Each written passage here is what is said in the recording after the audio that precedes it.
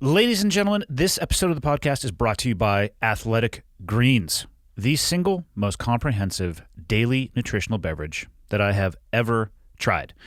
In one scoop of Athletic Greens, there's going to be 75 vitamins, minerals, and whole food sourced ingredients, including a multivitamin, a multi-mineral, probiotic, greens superfood blend, and more. That they all work together to fill the nutritional gaps in your diet, increase energy and focus, aid with digestion, and support a healthy immune system, all without the need to take multiple products. And that is likely my favorite aspect of it. We all have enough stuff to worry about in our life. Maintaining effective nutritional habits is not something that I truly care to worry about. And I think of Athletic Greens as my nutritional insurance. In the morning, one scoop of this stuff, I've actually taken it straight with just water, and depending on what you like, that might work for you, but I put it into a smoothie, and boom, I'm done for the day.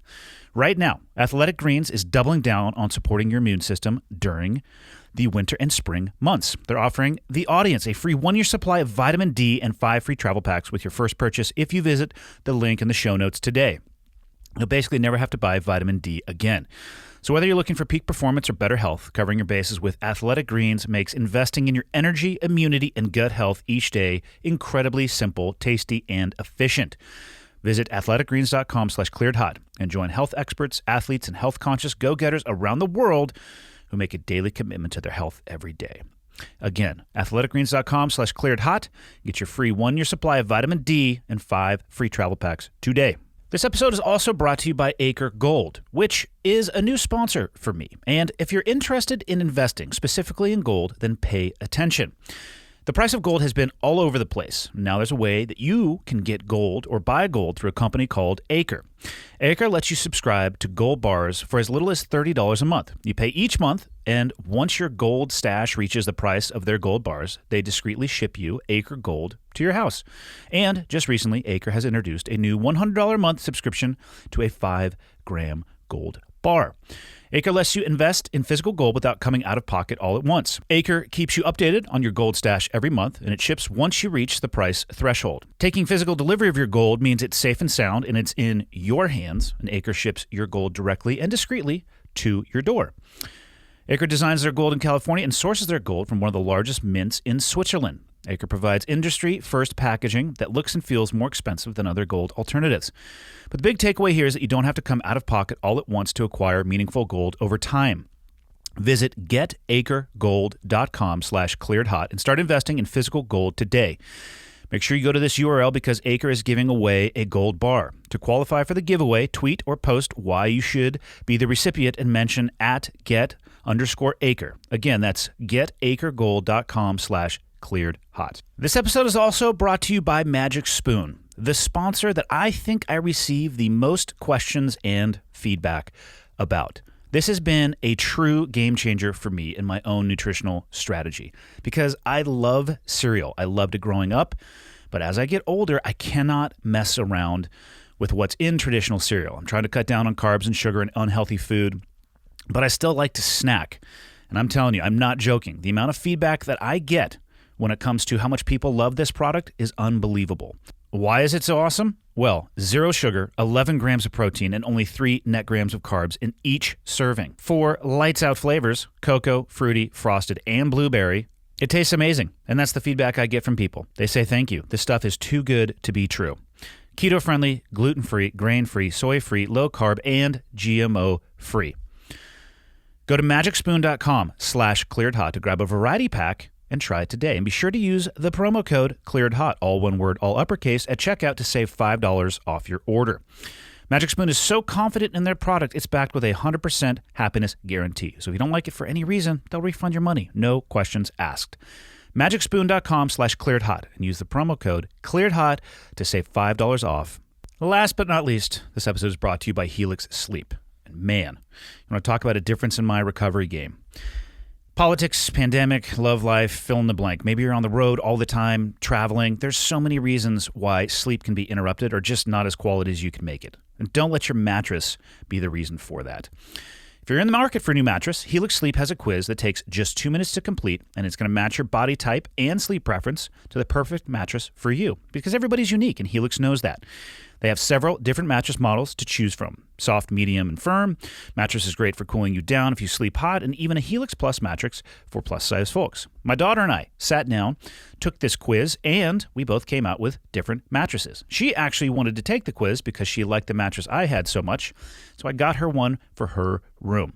So if you're looking for a mattress, you take the quiz, you order the mattress that you've been matched to, and the mattress comes right to your door, shipped for free. You don't even need to go to a mattress store anymore. You don't need to take my word for how awesome Helix is, because they were awarded the #1 best overall mattress pick of 2020 by GQ and Wired magazine. Go to helixsleep.com/clearedhot, take their 2-minute sleep quiz, and they'll match you to a customized mattress that will give you the best sleep of your life. They have a 10-year warranty, and you get to try it out for 100 nights risk-free. We'll even pick it up for you if you don't love it, but I suspect you will. Helix is offering up to $200 off all mattress orders and 2 free pillows for the listeners of the podcast at helixsleep.com/clearedhot. And that's it, ladies and gentlemen, on the business side of the house. My guest today is Mickey Schuch. Now, Mickey and I met each other randomly, actually through jiu-jitsu. Specifically through Dan Hart at Alpha BJJ in the outskirts of Chicago. And I didn't know who Mickey was when we first met. And I'm glad that we crossed each other's paths, because probably the #1 question that I get in email and in person often is, where do I start when it comes to gun ownership, questions about gun ownership, questions about safe handling and safe storage and training.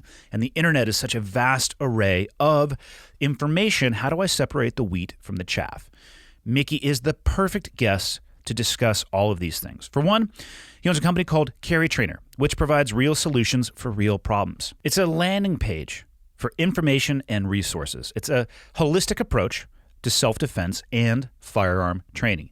They offer courses. Like I said, they offer content, damn near anything that you could possibly want in that realm. He also has a podcast called the Higher Line Podcast, which I highly recommend that you check out. And I'm going to shut up now because Mickey's a fascinating individual. He flew all the way out to Montana to record and also to simulate murder with me on the mats. And I couldn't be more thankful. Episode 175 with Mickey Schuch. Enjoy. Okay, got the red smoke. Gun run, north and south, west of the smoke, west of the smoke. Okay, copy, west of the smoke. I'm looking at danger close now. Come on with it, baby, give it to me, I need it. You're cleared hot. Copy, cleared hot. I've never had a guest ask me if the camera angle covers the crotch. So that's a first, Mickey. The reason that I ask is 2 things. I'm well known to get random boners. Yeah. I'm not wearing any underwear. Okay. And these pants are pretty thin, so I would have positioned myself to hide the random hard-on. Closer. Yeah. I get it. Yeah. Where should we begin? I don't know. Are you recording now? Yeah. Okay. I don't know. How do you begin? Usually at the beginning. Usually at the beginning. Yeah, where are you from? Because where I first met you in Woodstock, which is essentially Chicagoland. Chicagoland. Yeah. I suspect is not where you're from. Well, my parents are Southsiders. I was actually born in Broken Arrow, Oklahoma. Talk into that microphone. Get it like You want me closer? Yeah. You want me to eat this fucking thing? Huh? You can take it to whatever level you feel the most comfortable. I was born in Oklahoma. Okay. But didn't spend a lot of time there. Although when I'm there, I feel at home. Yeah. Really? My dad was in Bible college in Broken Arrow outside of Rhema. Was he a minister? Yes. So you grew up in a religious family, I'm assuming. Hyper religious. Are you a religious man yourself? I guess we would have to discuss what religious means. I'm spiritual. I get this one too because I have read the Bible a couple times, mostly out of curiosity when I first did it. I would have to say, if I'm being totally honest, I'm like agnostic, not really sure. Don't think I'm smart enough to have the answer to that. But I would say I think I'm a little spiritual. I think there's something greater out there than myself. I'd like to believe that you go somewhere after this fucking ridiculous voyage we're on, this marble spinning through space. Excuse me. I ran up to Glacier this morning while you were doing your makeup and parked by a creek where there was not enough, the snow had melted and I could walk down and look at that crystal clear water, and there's no fish or anything right now, right? But looking at the mountains, and you've been there. I can't imagine that all happened by happenstance or chance. I mean, our bodies, how amazing they are. I got scratched up. It's healing itself. That's freaking cool.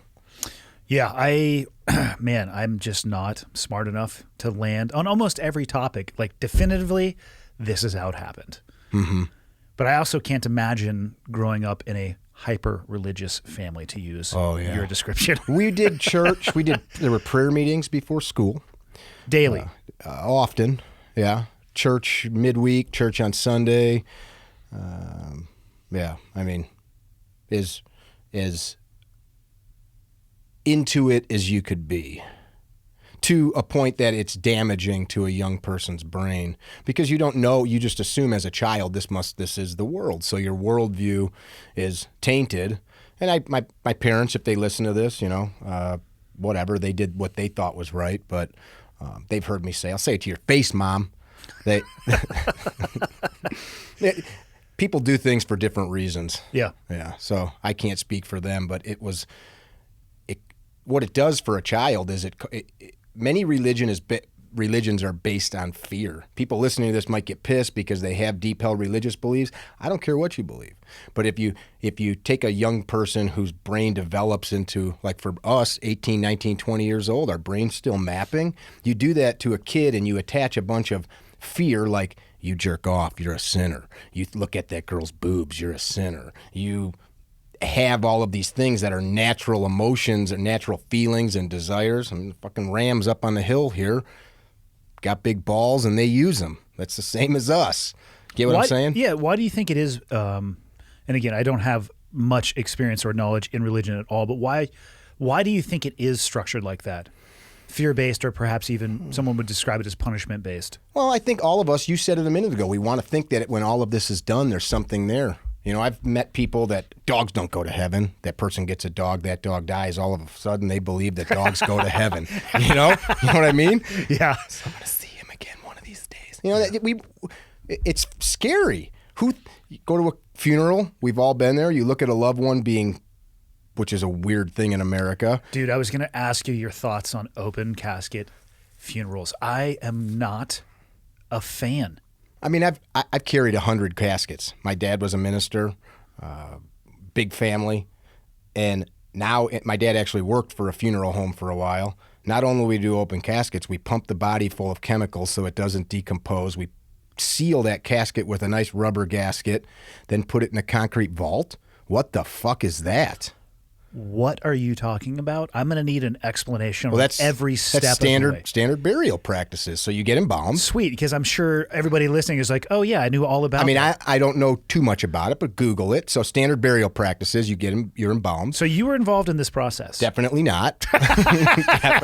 Actually, but I know a guy who is a KO. If you're listening, for you, KO was a contract embalmer. So you own Bob's funeral home. Man. You got too many customers.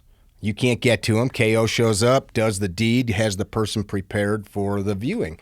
So they drain the blood, correct? And then they basically replace the fluid volume with something that prevents the body from decaying? Yeah, man. Basically, we're pumping antifreeze in. It slows down the decomposition process. If you are morbid curiosity and you just research bodies that are exhumed, 20, 30, 40 years later, we go to the local cemetery and you walk around and you see a headstone that says 1990, that person still looks like that person.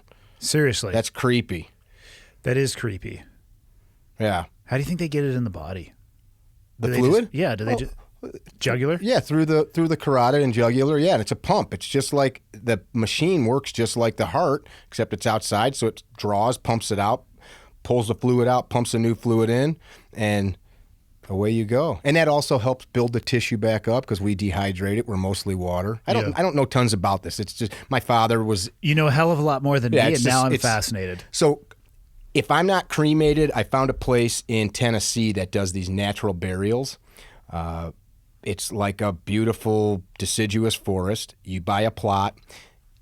The family hand digs the grave, shallow. You're naked. They wash you. You're wrapped in muslin, and which is like cotton, right? Yep. And they bury you in a shallow grave, and the worms and the fungi takes you back to nature.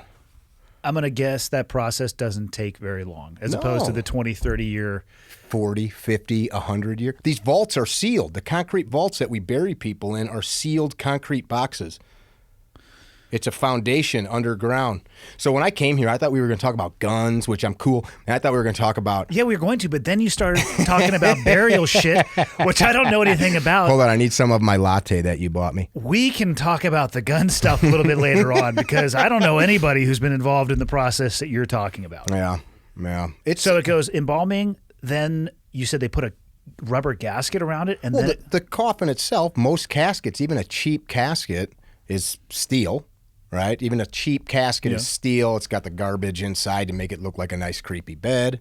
But then that is sealed. There's a gasket in that casket to help keep it sealed. And that's all in our head because we don't want to imagine our loved one having worms crawl through them. So I'm going to seal them up from this process of decomposition. So here's the point. It's in our own brain. This is my uneducated farm boy way of analyzing it. We don't like that because it's all scary. Nobody imagine yourself laying in the dirt having worms crawl through you. Ooh, that's scary. I don't want my mom or my sister or whoever passes away to be like that. So it's all rooted in fear. Whereas I appreciate the life cycle. I'm stardust. You're stardust, man. We're going to go back to these mountains. Let the fish eat me. Yeah, I'm fine with that. I have had... I struggle with the open casket funeral.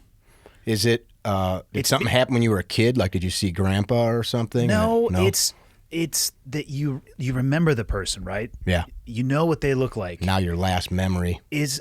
And they look like that person-ish. Mm-hmm. You know what I mean? It's just enough off where your brain, for me at least, I can sit there and it fucks with me. Like, you know what I mean? It's this juxtaposition between the memory I had in my head and then what's sitting in front of me, and I wish... Again, people do whatever they want to. If you want to have an open casket funeral, whatever, go for it. For me, what I'm saying is I wish I would, generally when I'm in those situations, I leave saying, I wish I would have just had the memory in my head only of the before. I know a lot of people like that. Yeah. You know, it's, I think for us Americans, and not everybody will agree, but we've created a lifestyle. You and I think, will agree on this because you hunt. Our neatly packaged meat comes from the grocery store where we don't have even not only I mean if you post a video, you or I post a video of how a chicken is dismembered, that would be viewed as something horrific. I used to do 50 of them in an hour as a kid. Grab them, lop their head off. Processing them.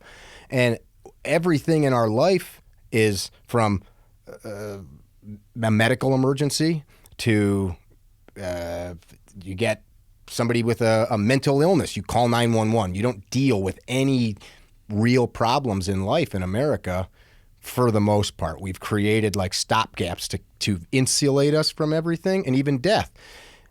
The people that settled this area of the world, or most of the world until the last 100 years, if you were my brother and you died, I would go dig a hole and we would take you and bury you, or vice versa. I would build a wood box in my barn and we would bury you. Now, shit. The coroner comes, the undertaker comes. You don't touch that stuff. That's creepy. There's paperwork. You can't just bury somebody. There's all kinds of legal things that have to take place, and we've so insulated ourselves from it that now when you have to go see grandpa or whoever, it's this, you go from alive to fuck. Now this person, can I swear here?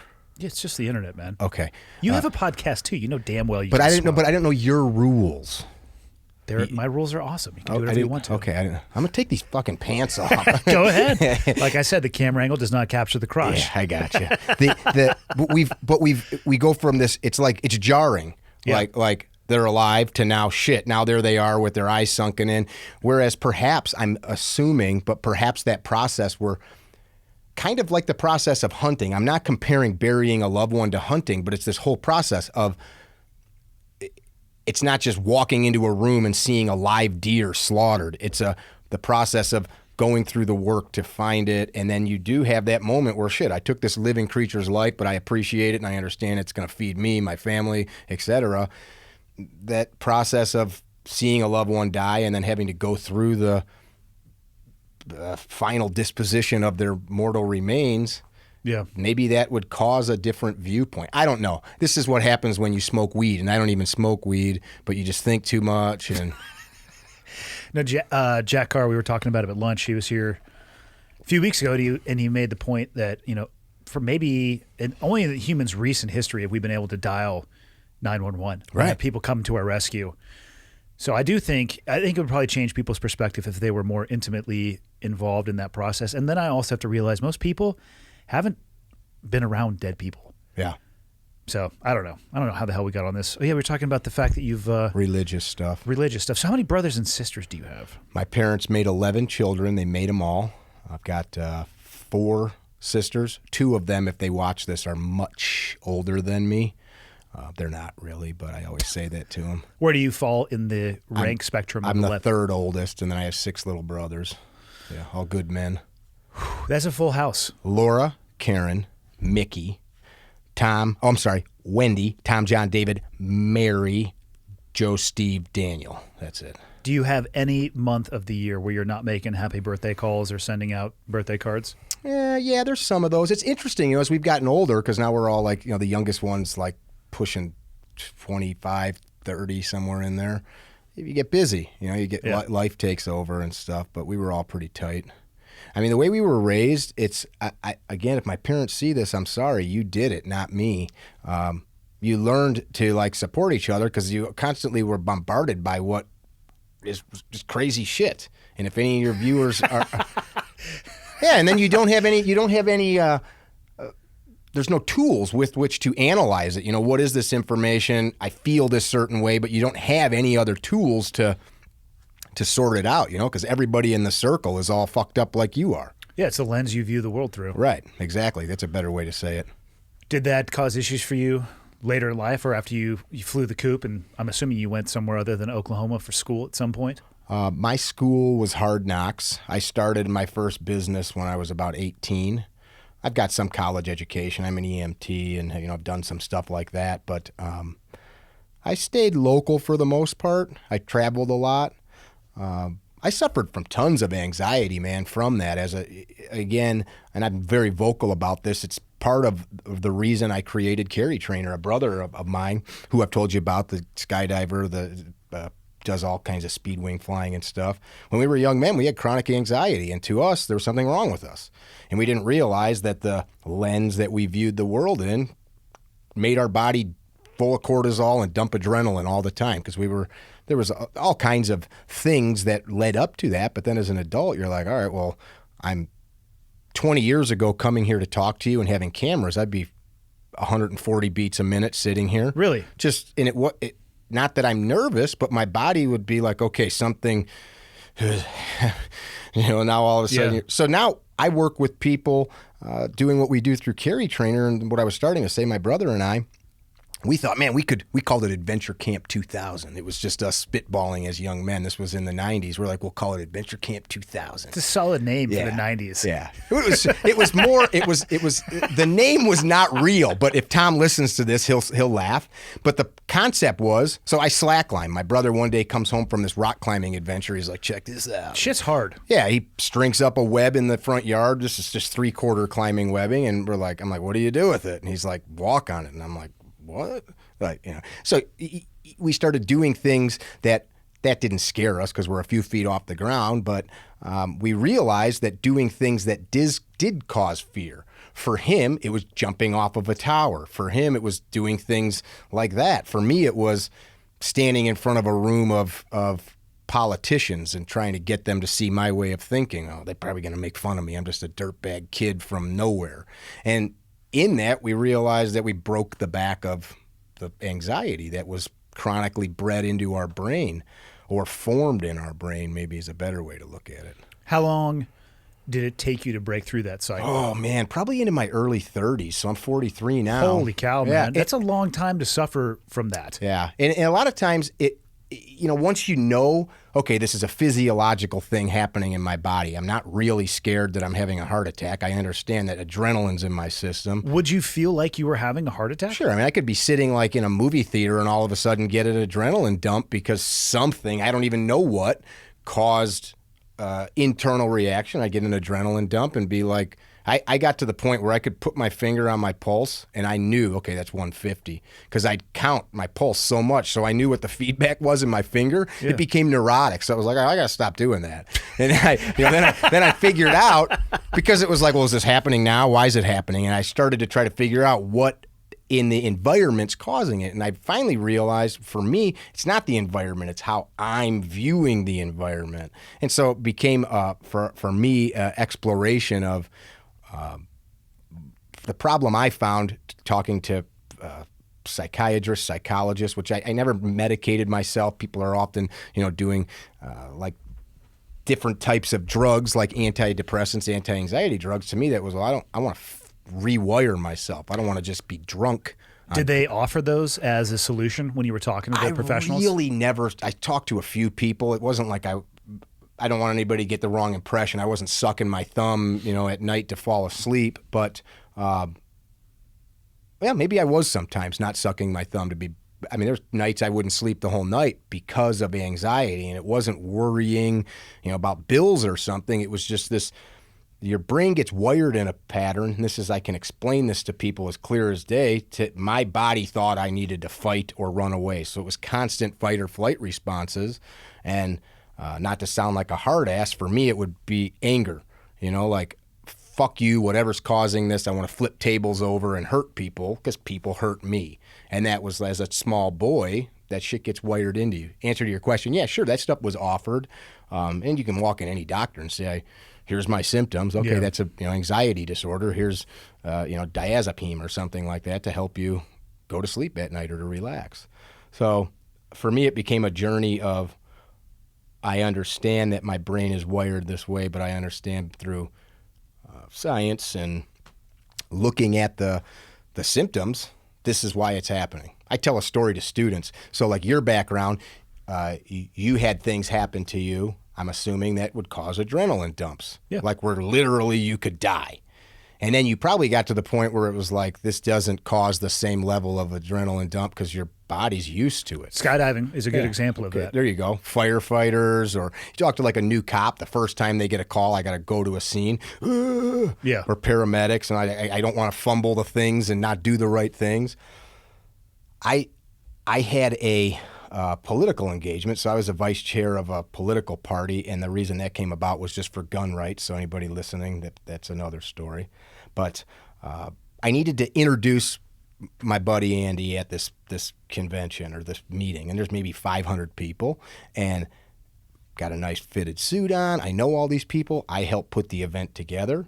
And all I needed to say was, hey, we're about to welcome Andy up to the stage. And, he's a great guy. So what you're saying is it wasn't complex. Wasn't complex. and it's the middle of the day. It's like a 4 p.m. on a Friday. It's local business people and donors and such. And I know as soon as Bob's done, it's my turn. And now Bob walks up there, and this is maybe 12 years ago, maybe. And I look at him, and I'm like, I should run to the bathroom, make sure my hair's straight. No anxiety. I walk to the bathroom. By the time I'm 3 steps from the door, I thought I'm going to shit myself. I got to take a leak now, because as you get an adrenaline dump, you guys probably took a dump before you leave your fob, right? Or sometimes on the way to Target. There you go. Or sometimes on Target. And I'm not comparing this to that, but in your brain, it doesn't know any different. Yeah, your brain's not processing. It's a chemical thing. So I'm looking in the mirror, and I all of a sudden sweating. I got a nice white shirt on, and I'm like, fuck. Now it's partially see-through. Yeah, I pull my sport coat off, and I'm like, fuck. And I'm looking, and all of a sudden, brrr, and I look at myself in the mirror, and I'm like, stop. Just stop. Will you stop? And I told myself, you are an adult. You can walk out to your truck right now. Your keys are in your breast pocket, and go home. You can call Bobby, this guy that's there, just text him, say something happened, go home, have a beer. Fuck these people. I don't need to do this. And as I started to say that, I started to relax because I had an out. And then I looked at myself in the mirror, and I said it out loud. I go, if you do that now, you'll always do it. And some guy come out of the stall. No joke. And like, what the fuck? And, I didn't care. I was like, in the midst of this. You were having a moment. For sure. But I knew if I fucking go home right now, I'm a grown-ass man now. I'm not when you're 25, excuses, you can work through them. But the more you solidify that response, whatever it is. I'm not going to jump off that ledge, or I'm not going to climb up that ladder. Eventually, it just becomes too easy to say no. I know grown people that haven't gone to their own parents' funerals because they're so scared of dead bodies. Side note, but back to the other. I know some people like that as well. I figure closure on that might be a bit tough. Yeah. I mean, you'd hate yourself. Yeah. So your family members would be like, I can't believe you did. I think, and I'm not going to put a value judgment on whether that's a right or wrong decision. That's for those people. But sure. I'm not either. Yeah, I would say they probably would land on a regretful, like, hey, that wasn't the right thing, but they also couldn't make themselves go do it. Do it. Those are the worst prisons. Yeah. The ones you're like, I'm going to go put myself in this. Maybe I'll close the door, lock it, and throw the key just outside of reach. Yeah. And then be pissed about where I am. Mm-hmm. It's a rough spot to be. Mm-hmm. Does the anxiety ever creep back? Sure. So I started saying I tell that story to students. So like where I'm at in the pecking order of firearm training, we get a lot of people that it's the first time they've been around other people having to shoot guns. And men especially, we don't want to look less than. I was with a young man in Arizona a couple weeks ago. Because I experienced this, I looked at him and I whispered in his ear. I said, you okay, man? And he's like, no. And, I mean, he was very thin built, like 150 pounds, 6 foot tall. And I put my hand on his chest from behind, and I just like gave him kind of like a hug. I was like, just fucking breathe, man. Was he holding a loaded firearm at the time? No, it was still in the holster. But this dude fought through it the whole weekend, and I never did get a chance to speak with him in private about it. I could see he's battled this his whole life because he knew how to work through it, but that response still happened. It's still like as soon as the spotlight came onto him, it just this adrenaline dump of being around other guys. And so yeah, it does happen to me from time to time. And for me, it's just okay. I notice if I'm taxing myself too much, maybe physically training like jujitsu and putting a lot on my plate mentally, I am more susceptible to that. Do you get anxious in compromised positions doing jiu-jitsu? No. Mount bottom, side control bottom, any of that stuff? No. Interesting. I don't think I have any experience with. I think everybody has anxiety. Probably depends on what you define it as. What you're describing, I have zero experience with. Yeah. But I can only imagine it's just horrendous. That's why I'm curious. I don't get the chance to talk to many people who are that open about it, actually. Yeah, I think that, and that's the other problem, especially for men. The number one thing, you got to admit you have a problem. I'm not saying it's not about a problem. It's admitting here's the science of how my brain got wired as a young person. I mean, there's awesome studies on children that grew up in orphanages, like in Eastern Bloc countries where nobody touched them as babies, where they just sat in a crib and somebody come like drop a bottle in. Not having interaction, not seeing a mother's face, smile, or laughter, those kids kind of grow up to be like robots, like zombies, where they don't have affection and emotion. So, I mean, there's lots of studies on how we're wired up as young people. Hiding from that what good does that do? How many of your brothers and sisters have any of the same issue? I don't want to speak for any of them because they're that's their own life and journey. But it's broader. Then, are you the only person of your? Definitely not. Okay, definitely not. And it's and again, my parents did the best that they knew how. And I'm not sitting here like, we're mad at our parents. But I mean, this happens. There's tons of people that grew up in fucking very calm, relaxed environments that, due to certain things, have these same issues. I don't think it's genetic as much as a learned response to environmental, perhaps. Yeah, man. Yeah. What was the business you started when you were 18? Sequoia Enterprises. That was it, man. Yeah. These names you come up with are excellent. Yeah. Well, so I feel like that was a hedge fund. No, it wasn't. I climbed. Pull that mic closer to your mouth. Cut trees. I feel like I'm talking loud though. No, you can talk loud. Okay. We cut trees. That also makes sense. Light carpet, and there's tree. no sequoias there, but it seemed like a good, strong name. Yeah. One of my uncles I work for, I'm a fifth-generation carpenter. We'd clear lots to build his homes on, or a home, and I thought, I can do this. We'd cut trees down, so I bought a saw and worked for some builders. Just did like odd jobs and stuff like that, and as I learned more carpentry, we'd do some light carpentry. How long did you stick with that? Well, I've been self-employed since 1997, 98 in some way or another. But that business, it was more just like a young man. Like I'd go print flyers up and put them on people's mailboxes, like that kind. You need a tree cut down, you need some trees trimmed. I mean, that's a good way to do it pre-internet. Yeah, it was definitely pre-internet. Yeah. I have customers now. That's what was sponsored content in the late 90s. Yeah. I have a couple clients now that are guys I still am friends with. I'm no longer in that business, that met me 20-something years ago because I put a flyer on their mailbox. Yeah. Then what was after that? Construction. So I moved through various Tradesmen. Yeah. And that's a hustle. I was good at selling work and marketing it, which is probably why I have some modicum of success in this business now, because we're still selling a product. Trades are bad these days, though. There's no young people learning. Started a business in the early 2000s with a friend of mine called Building Energy Experts, and we were far ahead of the curve. We did home improvements. Actually came to Helena, Montana to get a certification that nobody had then. There was the only place in the country that did it to quantify building efficiency. So we became building scientists at the time and come into a structure like this and figure out where there's losses and how you can fix it and things of that nature. So, yeah, in one way or another, I've been pounding nails and humping lumber for many years. When did it switch to firearm-centric? Well, I started that business over a decade ago.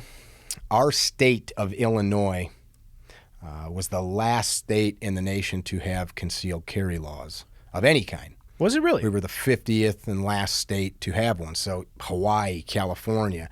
Doesn't mean that the other states all had good laws, but they all had something on the books, something where if you blew a judge, paid the sheriff, something, there was a way. New Jersey, New York. So it said nothing about concealed just carry illegal. at all? It was just illegal. Oh, okay, blanket illegal. Yeah, so we're one of the only states that has a FOID card, a firearm owner identification card. We've got very draconian laws.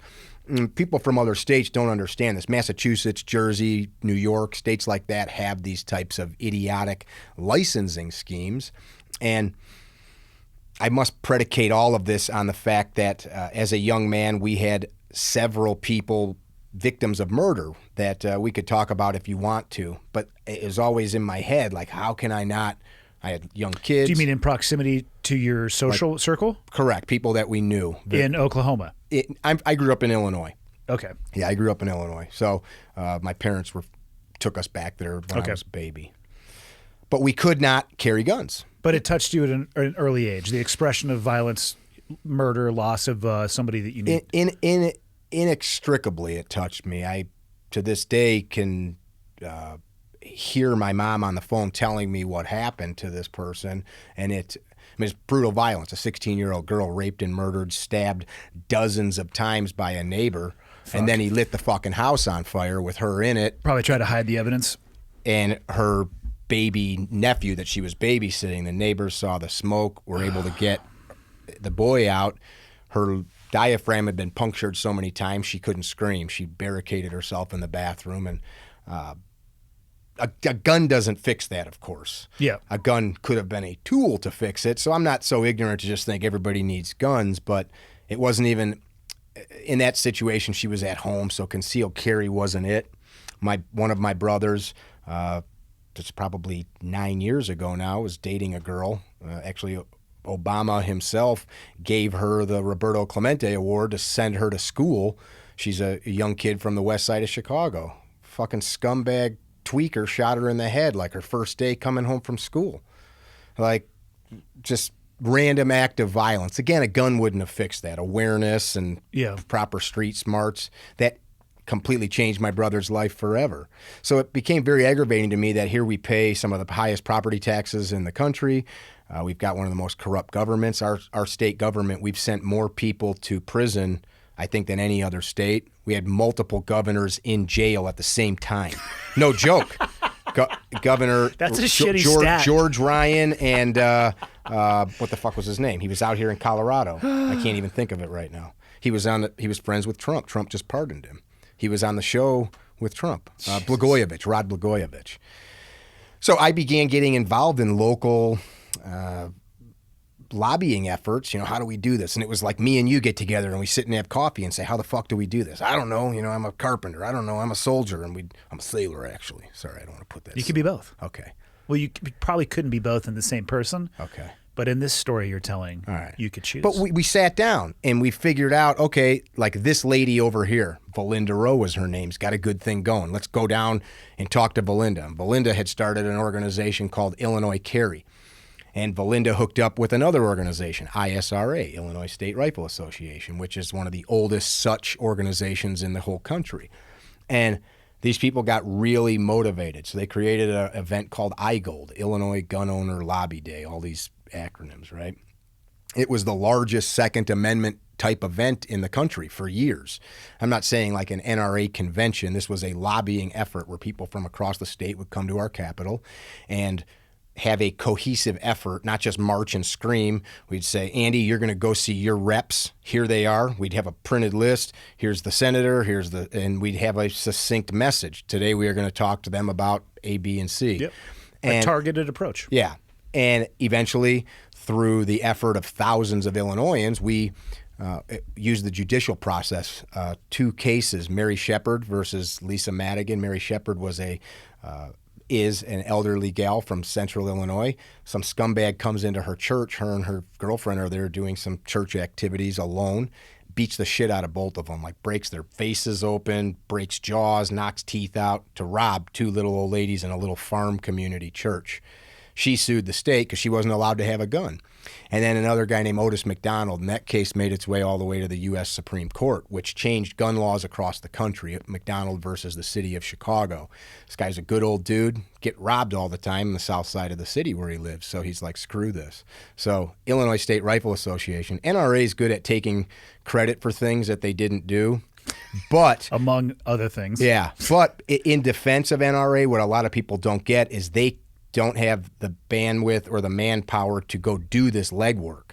It requires citizens at a local level to do this stuff. So at a local level, people helped Otis get this case together, and he's now passed on, but he was the poster child, a African-American, elderly, good, hard-working man from the south side of the city. So it's not some redneck, country boy that's, you know what I'm saying? The optics were awesome.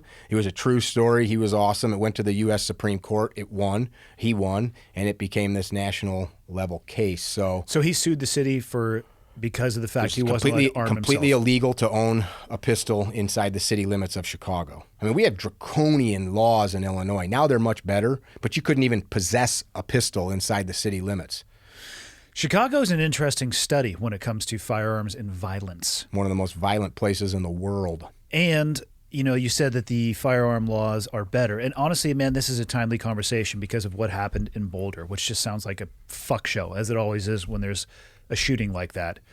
And people come out of the woodwork and they say a variety of things. I think probably one of the top trending narratives would be more legislation, more restrictive.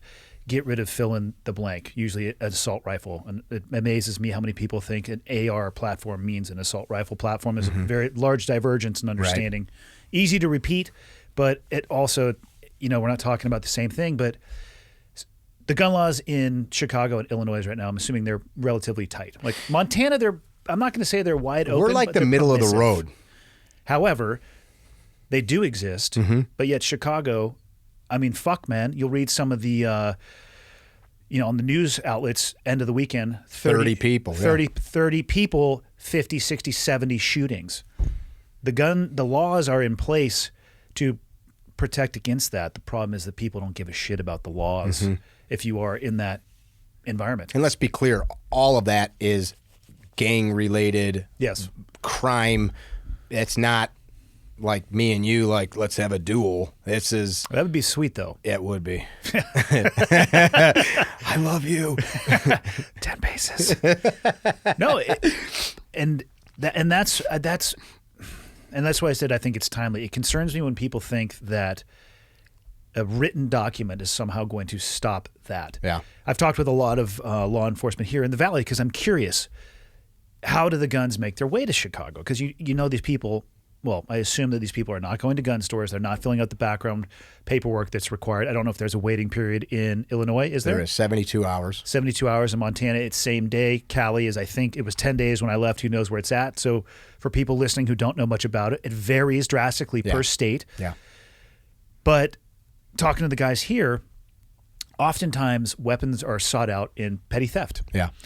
The weapon gets handed over, and the commodity from that individual, they get traded for narcotics. Yeah. But the person they gave the gun to can take it farther, what would it be, upstream or downstream? I'm not sure what the right word is. But then they trade it again for more of that product, right? So they commoditize, and eventually it goes to a place where it can make its way to Chicago completely off the books. I don't know of a law that somebody can put into place to stop that. Sure. And I hope people realize that, like you said, the gun violence in Chicago, largely gang-related. No amount of restricting law-abiding citizens is the solution to that gun violence. But I don't know where that's lost in the conversation. It is an interesting discussion. I think it's like if you have a very serious health condition, like let's say you've got cancer and you're a heavy smoker and you're overweight, saying I'm going to drink orange juice because it has vitamin C is not going to fix that. Saying I'm going to, watch Richard Simmons videos. You got to I'm going to have Diet Coke instead of regular Coke. Yeah. And that's what legislation is. It only confines the just. It only confines the law-abiding that respect the rules. I don't respect the rules. I don't give a fuck about your rule. Like we were going to jaywalk earlier, but you didn't let me, and we went to. Because I always follow the rules. Right. That are easy and convenient for me to follow. Yeah, this is what I'm actually most passionate about. You asked me how I got into the firearms training, and this was why. So we worked so hard to pass this legislation, and when I saw what happened, it made me angry. What happened was every dickhead with a gun, and we have some of the most restrictive training requirements for concealed carry in the nation. It's 16 hours of training. You have to fire 30 rounds, which is, whatever, but it's very easy. There's no hurdles. So to become an instructor, you just have like an NRA cert, file your $50 with the state. So every guy that thought he was going to get rich began teaching. And I mean, I've been to classes where it just like show up to see like, hey, or you'd call and say, hey, can you help me with the class? Not you, but somebody. I presided over an organization called the McHenry County Right to Carry Association. We had thousands of members that was part of all these lobbying efforts. So some of these guys became trainers. And I'd show up and it was like, what in the fuck? Like there's people with guns out everywhere, like in somebody's basement. Dudes like, hey, check it out. Just like not even on like a modicum of safety or some type of organization. So these are the people now passing on this knowledge, supposedly. Knowledge. And what I was so scared of is the state legislature was like, and this happened in every state that concealed carry happened, and people are going to be shooting each other over parking spaces. Moms are going to be shooting other moms over, loaves of bread. And of course, that never happened anywhere in the country. But we were very careful. Like, man, if these idiots are the ones doing this, the state's going to get some ammo, no pun intended, and repeal this law.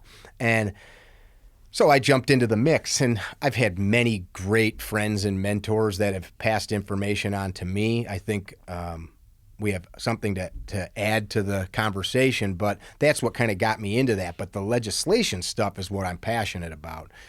You and I just because we're together and we both have a voice, could get somebody into the governorship of Montana if we wanted to. You and I could help somebody become a U.S. president if we wanted to, and we're willing to like work for 5 years straight, because that's what it would take. But we could. Like, I don't believe that flippantly. I know if it was something that we were passionate about, we could, because our country kind of gives us the framework to do that. And I think too many people don't understand that or believe it. Yeah, or are willing to take that amount of time. That's the real thing. Is in what that woman Valinda, who I mentioned, for free, never a paycheck, for years. This lady worked 60, 70, 80-hour weeks organizing for this event in Springfield, our capital. She'd organize buses all over the state to pick people up to come to the Capitol. Just the level of work she put in for zero pay. In fact, she was attacked publicly because people are stupid and they're assholes. They didn't like the way she wrote a newsletter or something like that. And gun people are weird people too. They'd attack her. Yeah. But the amount of work she put in was astronomical. Liberty is a double-edged sword that requires work constantly. Yeah, I agree with that for sure. What was the acronym that you used for the card? FOID, Firearm Owner Identification Card. And what is that supposed to do? So why is it FOID if it ends in a C? I don't know. they're taking Firearm a D? Owner ID. Okay. Yeah. So 1934, was that the National Firearm Act, 1934? So we had gangsters buying BARs and shooting up FBI guys. Sweet weapon, by the way. Yeah. So we passed the 1934 NFA Act, and then was it 1968? I believe it was 1968. We get this national sweeping legislation, the Gun Control Act. I think that was 1968. Our state government was like, hey, the whole country's talking about this shit. Let's use it to pass some really crazy laws. So at that time, Illinois became like the strictest state in the nation for gun laws. I think Skokie, Illinois, that made national news several times. They outlawed like all guns. And that happened numerous times in cities. I have a friend, Daniel Easterday, who right now is fighting the city of Deerfield, Illinois. He won the case. It got reversed. They banned all assault weapons. Well, this guy just put an addition on his house so his mother-in-law could live there because she's getting on in years. And then he's a gun guy. He's a trainer.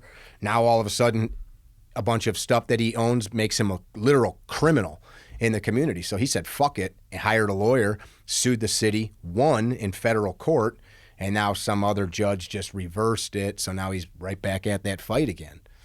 So this stuff happens a lot.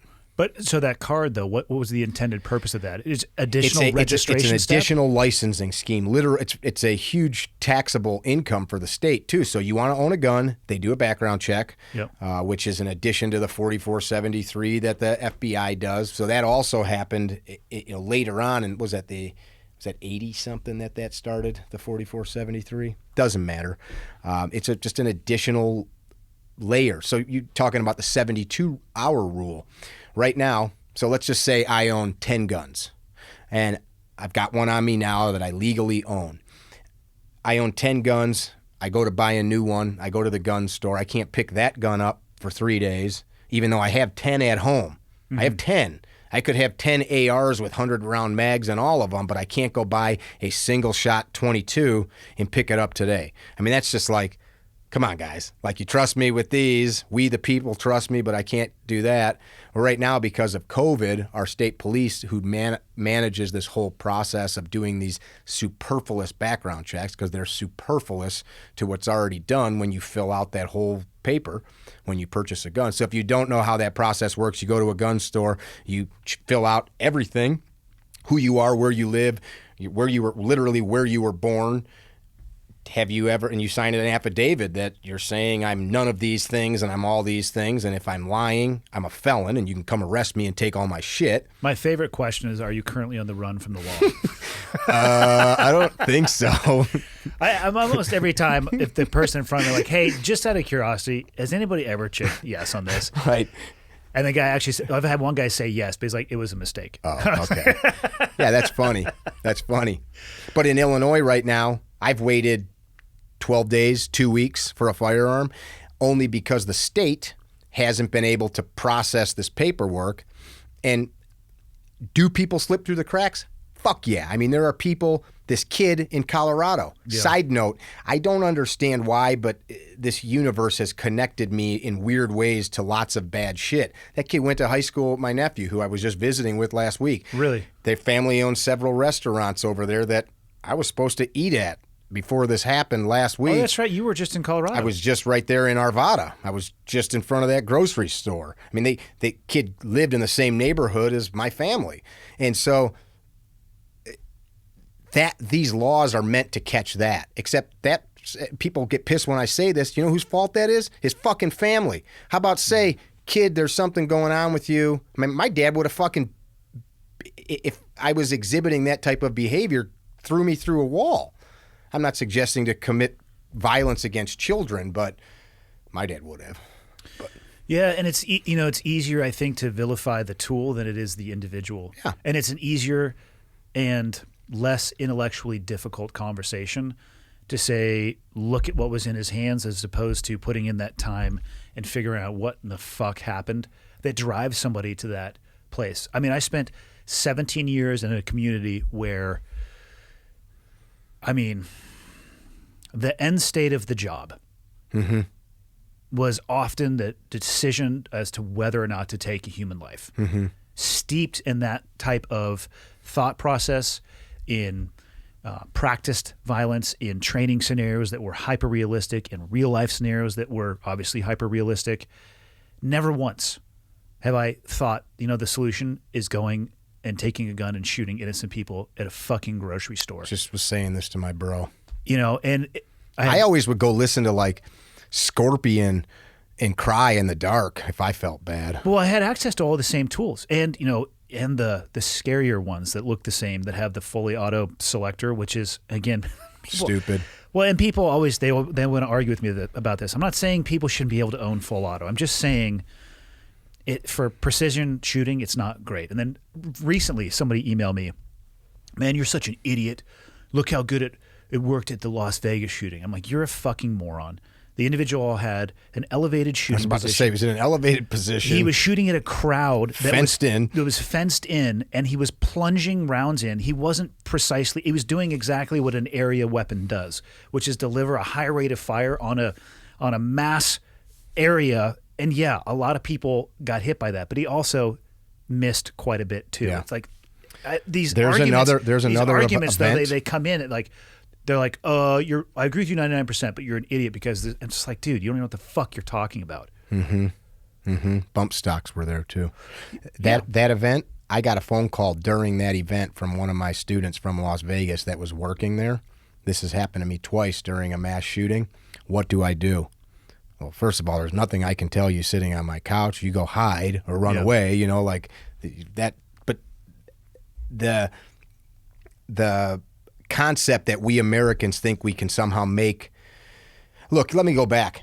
I think this is the big problem: is murder is wrong. Murder's criminal.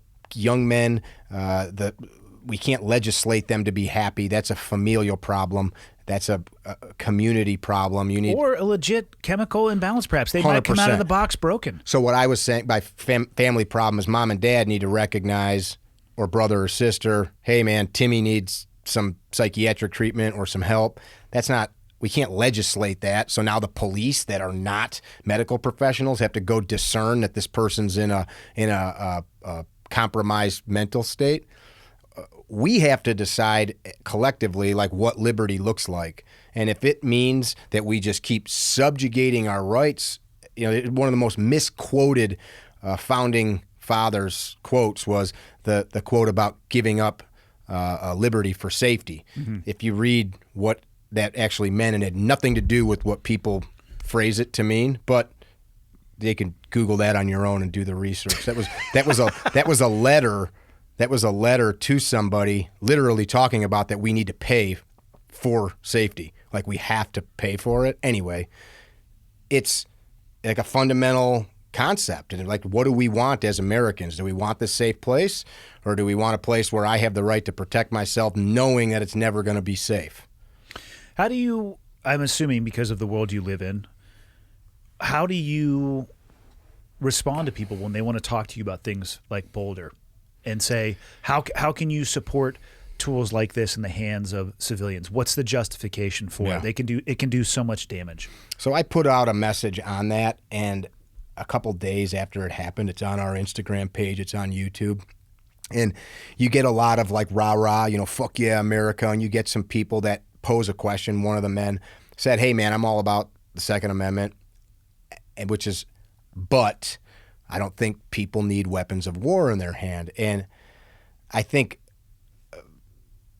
Coach Travis, Professor Travis talked today. He said while we were at the gym, people that don't know real violence, man. You caught that comment too? Of course. And I mean, I grew up with a guy that's in prison. I watched him as a young man pick up a ball of ice. We were at a sledding hill in the winter, of course, and there was a kid. We were 7th grade maybe, and he walked up to this kid who's on a sled for what I thought was no reason, took this ball of ice and broke it on this kid's head, busted his skull wide open, blood everywhere, kids in the snow. I'm like, what the hell did you do that for? And he said, that kid got me in trouble like 2 months ago at school. And I'm like, hold a grudge much? Yeah. I mean, this dude has gone to prison multiple times in adult life for very violent shit. He's the dude that you're talking about, like, you could shoot him and he's coming until you put him down where his body's no longer capable of. Yeah. the pickup truck I just rented could be drove through the front of any grocery store at 90 miles an hour and people will die. Lots of people will die. And that argument is strange, though, because we often say, well, it's not the tool, it's the person, blah, blah, blah. Well, no. Like, there's a reason I can't go buy an AT-4 rocket. There's a reason that I can't even have, like, sticks of dynamite, right, without licensing, because you can do really cool shit with it. Yeah. And if you don't know what you're doing, even without criminal intent, you can blow your fucking block up. Right. Just really bad stuff. But I have a friend in the chemical business, and I won't say what chemicals, in our homes, man. There are the most poisonous, just gasoline.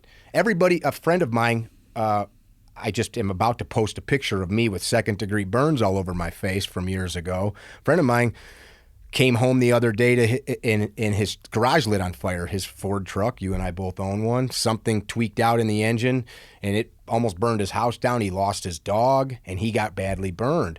The things that we have, and we assume we have this level of safety, a fucking gallon of gas will blow your whole house up. Yeah, I think the issue people take with that is it might blow your house up, whereas it's tough to take a gallon of gas and end 10 other people's lives. True. And I can understand that argument. I guess my issue, and I don't even know if that's the right word, is I enjoy conversations like this, but not when they're led by emotion. Because I don't think you can have it. I get that, first off, having been on the receiving end of gunfire a lot, it sucks. It's super scary. You can feel, and I had the ability to actually shoot back, maneuver, do what we needed to do in that environment, remove all those things where you're in a grocery store. You had never had any expectation of being on the receiving end of that violence. You can do nothing. It's totally helpless, right? So there are things that you can do. I'm not going to advocate any courses of action. That's an offline conversation of what I would actually recommend. But most people are going to feel like a complete loss of control. Like, I get it. And it's, again, we can talk about all those emotions and how that feels. That's one conversation. Yeah. I still don't land on we should take, specifically, I think, what did he go in there with? It was an AR platform. I do believe it was a AR pistol. So yeah. So what would that be? Technically, it's probably a shorter barrel and then a different brace. Right. Right. Shooting the same round, 5.56 or 2.23. I want people to have the tools that they need to be able to protect themselves. Yeah. And if you look at gun violence in the U.S., in my opinion, at least, objectively, and you strip out things like suicide, and you can carve out and tranche out the amount of gun violence that occurs with pistols versus rifles, and gang violence versus accidental shootings, or homicides of people that don't actually know each other, or it paints a drastically different picture. But that's all lost when you're completely emotionally attached to it. And that's why I was curious how you have those conversations with people. I just shared for our Instagram, YouTube followers, the front page of a document that's been added to numerous times. It's a case study done by a bunch of legitimate professionals. They explain where all their research comes from. And what the study is looking at is basically the media and the causation behind mass shooting in the media. Meaning, and they started this study 25 years ago, and part of that study included suicide, which is why when you see Robin Williams that committed suicide, you didn't hear that he committed suicide from the regular media. It said Robin Williams passed, because at this time in the 80s, they realized when somebody took their own life in a celebrity status, all of a sudden there'd be a spike of everyday Joe and Mary's taking their lives. And really? And they were like, well, why is that? And sometimes it was, well, people paid attention. They'll see that I've gone. Or if he can do it, I can do it. It's a very well-written document. They also found that when some asshole kid goes and shoots up a school or a church or wherever, there's a spike in that. And they have begged for years, these researchers, to have the media stop broadcasting these people's names, say there was and the media hides behind the bullshit First Amendment, people have a right to know. I mean, I've been slandered in the newspaper and had lies made up about me. I have a friend that just won a case, complete lies. He's a political guy. They said that he stole money and did it was just complete fabrication in political mailings.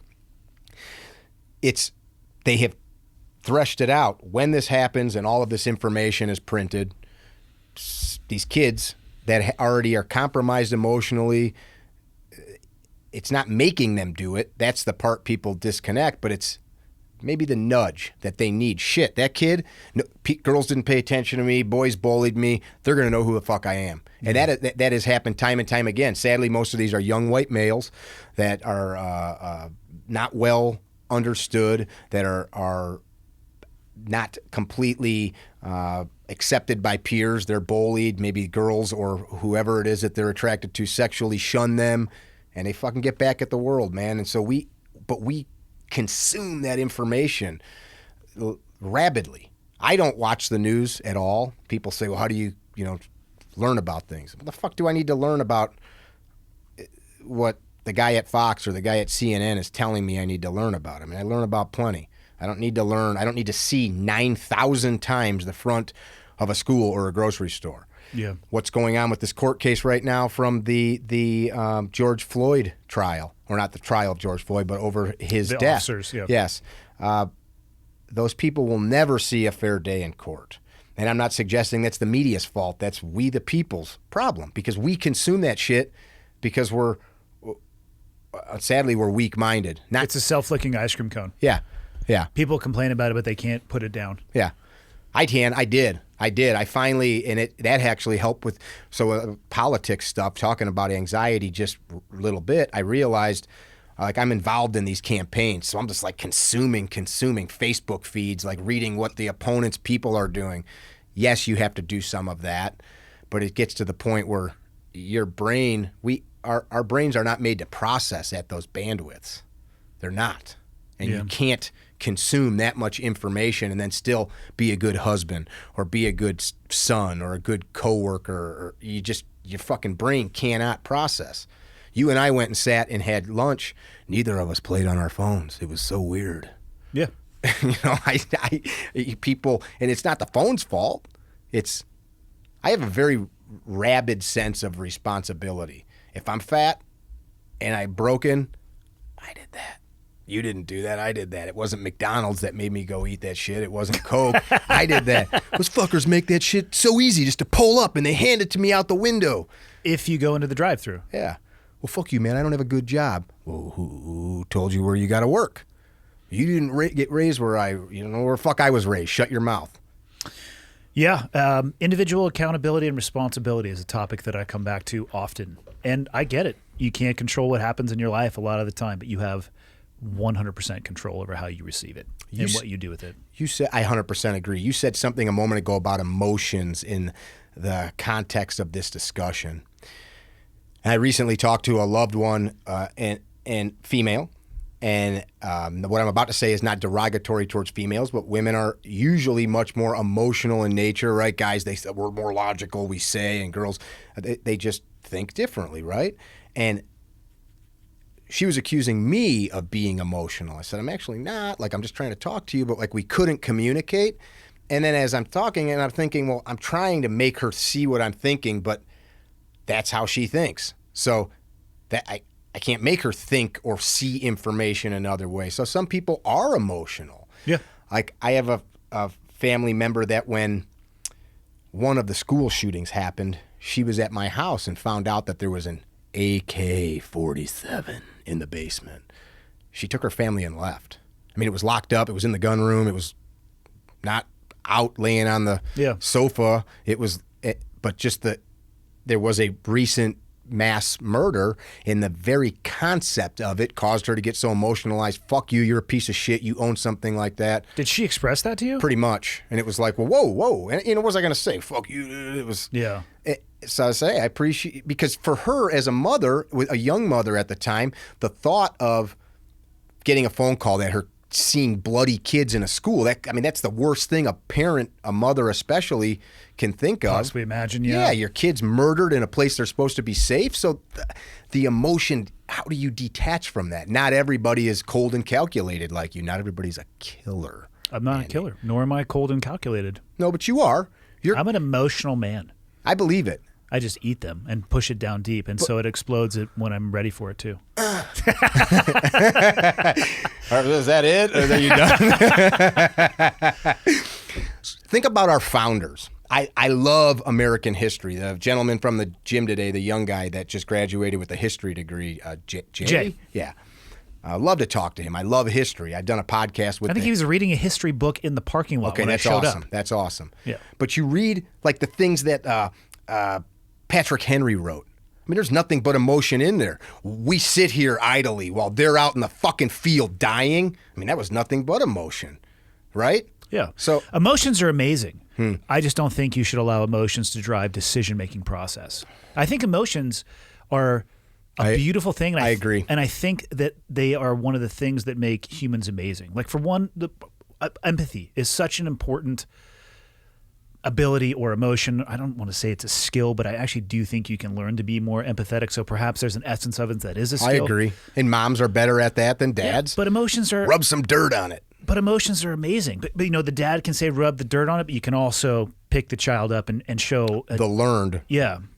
But they make you a better... I look at myself, emotions. You know, they make me a better person. They make me understand the people around me better. They make me understand the world around me a little bit better. I can make sense of the behavior. We have to maintain that. I was just taught at an early age that emotions and decisions have to be separated. And I volunteered to go down that pipeline, so I don't expect other people to feel that way. But it becomes tough when people... Emotions are great followers. They're just not great leaders. Mm-hmm. And it's tough. I don't know how to bridge that gap. They do tell you something, though, too. You know, that guy makes me feel creepy. Yes. You know, that emotions are also part of us. That part that, like, maybe you and I, as we started the discussion, is there a God?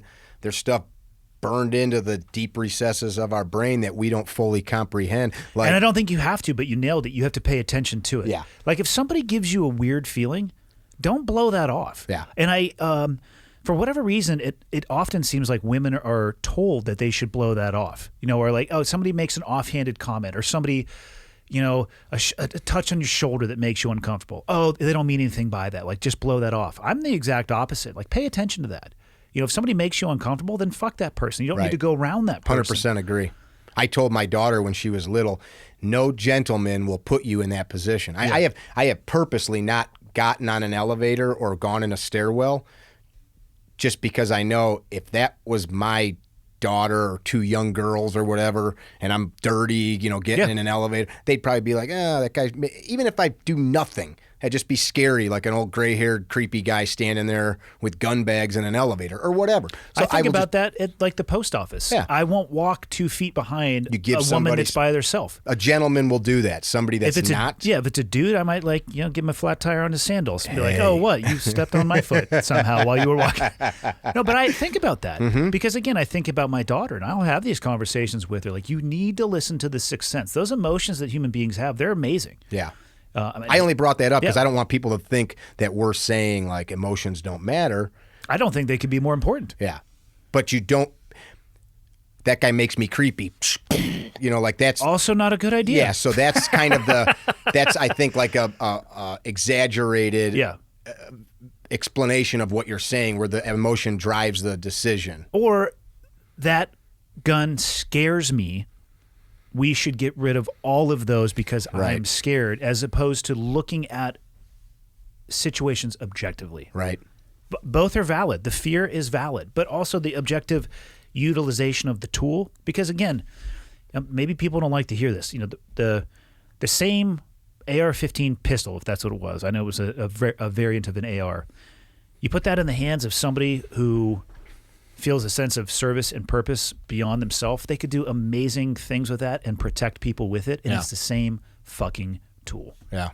So I don't know, man. It's tough to have the conversations because I find that people generally come to the conversation completely molded in their ideology or ideas anyway, and you rapidly bounce up against that, and they don't want to hear anything about it. You know, look at the stats, look at the math, and I often tell people like, you need to go look at the stats and the math and make sure that what you're looking at is parsed out correctly.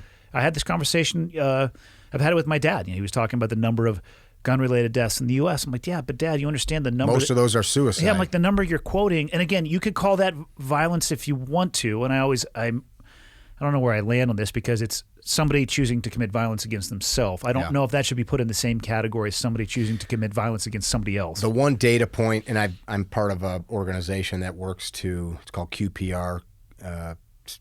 It's like first response for somebody in a crisis where suicides. So they have a lot of these stats.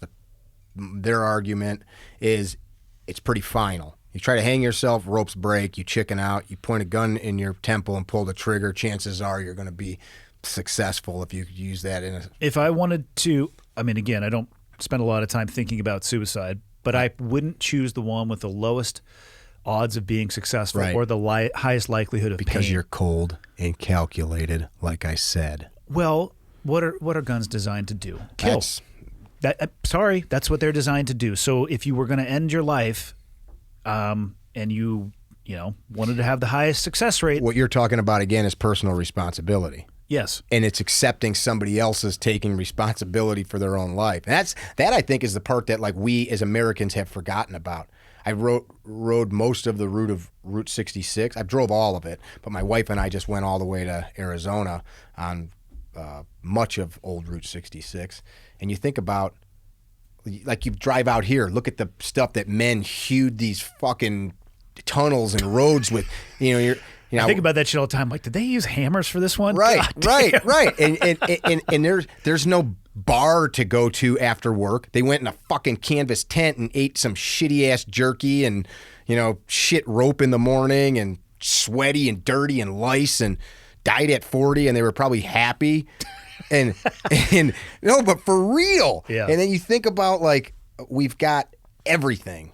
We're just nobody wants to be uncomfortable or it's almost as if it's not okay to be uncomfortable. There you go. Anymore. And I think that is the slow road to the end. Yeah. I don't disagree. That's why I like jiu-jitsu so much. It's good to be reminded of my inferiority in many ways. Not that, that guy's better than me, but I can't just impose my will on people because I think I can. Or, hey man, there's like some guy that looks out of shape that literally just about ripped my fucking head off. you know what I mean? Yeah. It reminds you of your mortality. It makes you appreciate it. It also makes you shut your mouth a lot more. And I find that the more capable and competent you become, the less likely you are to be the asshole out there running your mouth. You don't want to put your hands on people because it hurts, even if you win. And my friends are awesome. We just try to kill each other Monday through Friday. I don't need to do that shit out in a bar. Right. Did you see what the gentleman that makes the flip-flops? The toe hold flip-flops? Dan just messaged me last night. My coach, Dan Hart here. Somebody tried to accost him with a hammer. That was him? That was him. So he broke the dude's neck. The way it was read to me was he heard popping and then smelled shit. First off, let's talk about this scenario. In his post, he wrote like poor target selection. Well, here's the thing. Even before that, like I'm going to put my head in the mind of the criminal. We're going to go claw hammer. Maybe it was a framing hammer. I don't know. Bold choice. That's legit though. Bold choice. Effective distance, very close. Yeah. And then selecting a man that I'm going to bet had cauliflower ear, was probably wearing a jiu-jitsu t-shirt at the time. Arms like I don't know much about the toe hold guy. I'm assuming he's a black belt in jiu-jitsu. I believe so. Yeah. So actually he took a picture when I bought my sandals. He took a picture of his feet. Not for like a OnlyFans, but just because to show me. Hey Andy, here's my feet. He's like, hey, I need a picture of your feet. Like, is there like lotion getting pumped slowly on? Okay, but he had black toenails, which I'm not around the MMA world a lot, but I have seen it enough. A lot of them will paint their toenails black because they're getting smashed all the time, so it's just more aesthetically pleasing. I'm only painting them because I'm a badass. Yeah. And it's only matte black. It's not glossy. Not Liberace. That's awesome. But can you and I would probably be able to look at that dude and be like, I will just walk on the other side of the street. Yeah. This man decides that a claw hammer or a hammer of some kind, so he swung it at him and hit him? I don't know any more than what I just told you. I don't believe he hit him. Guy. Yeah, Dan messaged me last night because I was telling him, I was over at the gym. And I thought about that, though. I mean, as a carpenter for years, I've seen people hurt themselves in many ways. That only thing that's scary about that, like, man, I only got to hit you once. Yeah.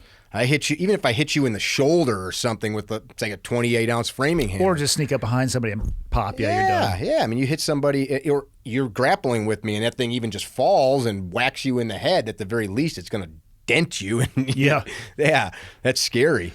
Heard a pop, smelled shit. Smelled shit. I mean, It sounds like a candle. Yeah. Yeah, I mean, I don't know if that's a fragrance, but that is just not the person I'd pick. Mm-hmm. And speaking of a sixth sense, you ever just gotten that feeling when you're around people like that? Like, oh my God, this person understands violence at an extremely deep level. You can feel that. Yeah. Don't talk shit to the dude with cauliflower ears at the bar. I was at Mission 22 event years ago, Tom Spooner's organization. At the time it was. And I brought a friend of mine there, a ranger. Actually, he's one of the Mogadishu guys. He kind of needed to get out and be around some dudes. He had cooped himself up, and he heard there was free beer there. So we go down to this golf club for this fundraiser, and the two guys that are running the event are there. I won't say who they were, just because it's none of your business. And I'm telling Brad's his name. I'm like, get over here. He's over there where the free beer is. It's all he's interested in. I go, come over here. I'm trying to introduce him to these guys. And they end up talking and meeting, and one of the gentlemen I was with talking about Brad, he said, yeah, I saw your meat eater buddy from across the room. Like, predators recognize predators, and he saw him. And actually looking at Brad, you wouldn't think that if you looked, because he's getting older, he's going bald a little bit, but Silverback gorillas are still dangerous. He smelled it on him, like you said. There was some aura there that he knew, and that guy I wouldn't fuck with.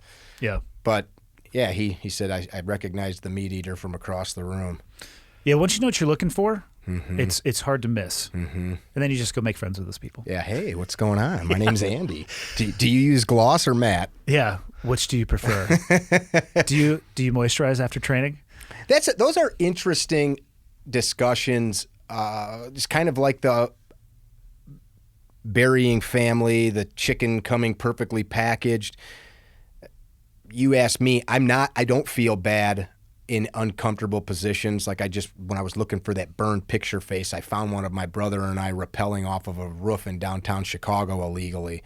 That shit doesn't cause me an ounce of fear or anything like that. Not because I'm immune to it, but it just doesn't. I can rock climb and hang off of things. And yeah, some people can do that, and some people are deathly afraid. It's just what it is. But like I said, doing some other thing that bothers me, and people have gotten really good at not being involved in any type of hand-to-hand, touchy, not even martial arts, but now the cleanliness stuff. I'm at the airport on my way out here, and it's like, be a good human, don't touch each other. Be a good human, cover yourself in latex. Be a good human, spray fucking alcohol all over you. Like, you and I do the opposite. No, let me touch you. Let me get your sweat is in my mouth. Yeah, it's kind of good. Is that butter? Is that ghee? Yeah. Yeah. It's intimate. Yeah, if you will. Yeah, intimate. Yeah, but it gives you a different kind of sense of people. I can slap hands with somebody and roll, and I feel like I can get a pretty good idea of their personality based off how they behave. Dude, last night I had that same thought about somebody, and I'm not going to talk about it because I don't want to. That's right. I'll give you the name of who exactly. But it wasn't rude or anything. But it was just like I could probably tell you how this guy, whether or not he has a girlfriend, how he behaves at a bar in a social setting, if he even goes, by exactly what you're saying. It's an interesting physical expression, but again, you also, I think you can train your radar for that. But in training your radar for that, feeling it physically, you're going to need to engage in that environment and get comfortable in that environment, and also get comfortable with yourself. So maybe you can pick up on what other people are putting out instead of being so goddamn concerned with what you're putting out. Yeah. How did you meet old Dan Hart, Jiu-Jitsu? Well, we are from the same town. Speaking of people who are a fan of violence. Yeah, Dan is. Dan bought a cool old bar. Excellent business guy. Dan and I, many dissimilarities, but we both enjoy the struggle of business and the gamesmanship behind it. He's all in. And I think you do too. We were talking at lunch about some projects you're working on. he took that place, and I don't want to speak for him, but and he'd be a great guest for you. He has been at the lowest of low, and now he and I joke about it all the time, that like must be nice. Yeah. I mean, he literally worked 80 hours a week cleaning the grease traps and cooking and just doing everything. Nobody sees that shit. They No. want to bitch about where you are in the moment. If you post a picture at a mountaintop, they're like, fuck you, must be nice. Mm-hmm. But like, yeah, it was nice to work for the last 10 years to get to this point. Yeah. Where were you with those comments then? Yeah. He is a doer, and I know lots of people. I don't have lots of friends. And lots of people I would consider pals or buddies. And I'm in the same boat. Yeah, and it's not like I don't like you. Dan's the kind of guy, and I've said this to his face, and I did not like him when I met him, and I hear that about me, and it's not because I'm rude, and it's not that he's rude. I don't think he has any time for one. It's hard, it's work to be in a relationship, so he's not looking for friends. But we got connected kind of through politics. He became a city councilman, and he's a doer. That our city was doing some bullshit, and he's like, well, I'm going to run for city council. That's not like a little undertaking. Cost money. The newspapers trashed him, even though he did nothing wrong. He won. I helped him a little bit with it. I was the vice chair of the political party I mentioned earlier at the time, and we had some other friends run for office as sheriff, state's attorney, things of that nature. So we kind of connected through that world. But for years, we weren't friends. Busy life, and we didn't really connect with anything. And he got me to start training more. I started teaching him the gun stuff. He started teaching me some of the grappling stuff. And actually, he motivated me because I was being a bitch. You know, I'll come once a week. It's common with you. I'm busy. And, basically, actually, he was with me the day that my shoulder got really trashed years ago. He and I were doing some stuff privately at the gym. And the funny thing is, it's nothing I wouldn't say to somebody else, about personal responsibility, about not making excuses. But he saw I was making an excuse to myself. And I'm intelligent enough that I can phrase it in a manner that doesn't sound like I am. And he's like, sure, man, you can just fucking make excuses. Go home, pull pud, do whatever you're going to do. That wasn't what he said, but that's what I heard. Yeah. And it was like, I'm not going to let this fucking bitch call me a bitch. And so, we began a relationship, which I think has been very good for both of us. He and I, if we had to manage something together, we probably could talk for a second a day. Like, did you fire her? Okay, good. Are we buying that? Yes. Like that, because it's don't fuck around. No meetings to do meetings. Let's make decisions, move. You know what I mean? I do. So we agree on that. He built the gym, his gym. He's got a partner, Alex Embry, another black belt. They started the gym. It's called Alpha, which is he literally can walk from his house. You've been there. Go to the gym, which he's there twice a day. This dude's a monster. He works out 40 hours a month on the mat, and then is coaching many hours. And you've trained with him. He's a savage. Yeah, he'll train for 2 hours, roll for an hour, go home, go to work, come back, and do it again every day. He was a collegiate runner. A lot of people don't know that about him. He was, I think, a state champion level. Dude can still run like a 5-minute mile. He's my age. You've been around all kinds of studs like that. You probably were one, but no. You probably could still run good, though, when you were younger. If you still can, I don't know. Before I got hurt at work, I could run better. It's a little tough with some nerve damage in the old left leg. Yeah. Ooh, I got shot. Yeah. I got shot, too. Different type of load we're talking about there. Yeah. Actually, I'm blind in this eye from being shot by a .177 caliber BB. Are you really blind in that eye? I am. That's why sometimes I poke you guys. My depth perception, when you threw that, there's a macaroon down here that First he off, bought me. let's use the right words. Tossed. It was an underhand tossed. What did I say? When I threw the macaroon. He pitched Throwing it would at be me. over the top at your face. I went like this. And that was the point. Like, it took me work to catch it because I don't have good depth perception because this eye's Totally blind? I have a hole in the macula, which is the way vision works. That's like the sweet spot. That's where you read, where you see. Course. So it's like a big fucking fuzz that just, I can see my hand here, but then it just disappears. That sucks. So, anyway, so I was shot too. It's a badass story. Yeah. It's actually a terrible story, which is why you shouldn't point guns at people unless you intend to hurt or kill them. But, was this when you were younger? Yeah. Actually, the kid that did it altered the trajectory of his life. Really? I mean, I don't, and I've told him 1,000 times it's okay, but yeah, I think again, it's going to leave an impact. Being young and having that kind of weight on you. But back to Dan real quick. Dan's, he's a hardworking son of a bitch, and he expects it from the people that are his friends, or you're not. And I'm kind of the same way. Like, 'cause why do I want to be friends with you if I have to like constantly pull you? Yeah, he doesn't suffer any fools. No, and neither do you. I mean, people love to talk about money. Is it really that valuable, right? It's like fucking coupon to let you be able to do fun stuff if you want to. You mean like in like a braggadocious way? No, it's just like it's the single most important asset or goal for a lot of people. And don't get me wrong, I want to have as much money as humanly possible, but it doesn't buy you a second at a time. I don't believe what you just said. I think you would like it in the sense of you know that, hey, I could go buy this thing or give my kids a better education, but you're also not doing the things that would give you the most money possible. Correct. I don't make decisions, even from a business perspective now, on pure dollars and cents. Does this fit into a long-term goal of, don't get me wrong, like I said, I value money. It's not the most valuable. That's called integrity. Yeah, it's not the most valuable thing. Like if I do this, will it allow me an opportunity to do more of fill in the blank, which is actually what I want to Jitsu, do. take Correct. my kids camping. Yeah. If I say yes to this and they have a daily obligation of fill in the blank, will that get in the way of something that I'm really doing, that I'm paying to do? Jiu-jitsu would be a good example. I'm going to turn down money to give myself the opportunity to pay to do something that I find to be rewarding and enriching with my time. 100% agree. And I wasn't like that when I was younger. 100% I was like, what are you going to pay? That's all. I don't even care what you want me to do. What are you going to pay? Marcus Aurelius wrote about that. I don't remember the exact context or all of the verbiage, but he talked about like the cycles men go through, like building a reputation and building wealth, and then some want to leave like a legacy, and good or bad, right or wrong. I think it was pretty spot on, but I'm with you. I was out at that creek, McDonald Creek, I think it was today. It's beautiful, yeah. Yeah, it's gorgeous. And I'm sitting there, and I filmed a video, of course, while I was up there, and I was just talking Hopefully about... your clothes were on. I don't know if this was your OnlyFans stuff or just like IG.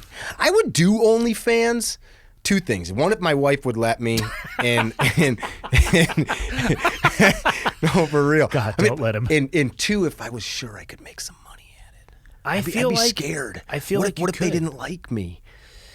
What if it was just a bunch of like old white fat school teacher guys that were all like, all right, let me see your socks. You know, But like, would you even know? I don't. First, I've never been on there. I only make the joke either. because I hear other people talk about it. I haven't either. Yeah, it's just looking up and to the right. Your eyes went up and to the right. You're lying. How would you even know? I mean, I don't know. Yeah. I don't actually. I'm with you. So the juice ain't worth the squeeze. No. And that's so. As I'm out there, I'm looking at this. Somebody jokingly said to me yesterday, a friend of mine, he saw I was out here. I posted a picture at the gym, and he said, "You live a charmed life." And I just like the must be nice. Anger. Fuck you, man.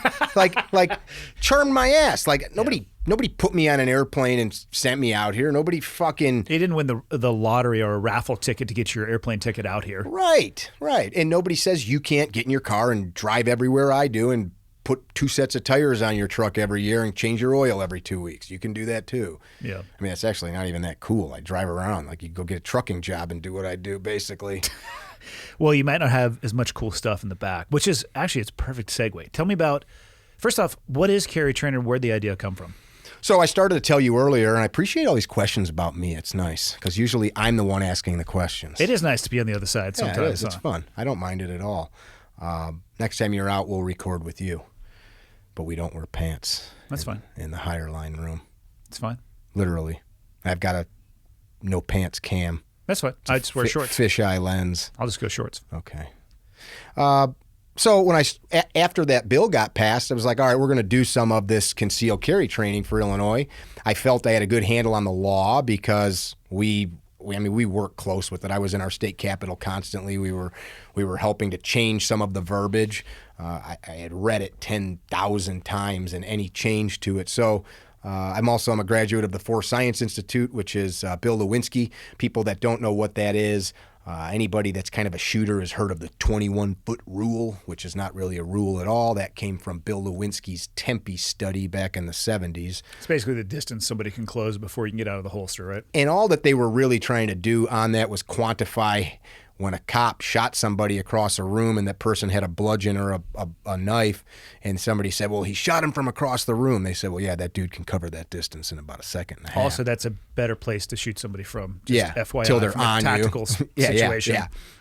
But I had a knowledge of the law, so I was like, all right, let's do this. We'll do it.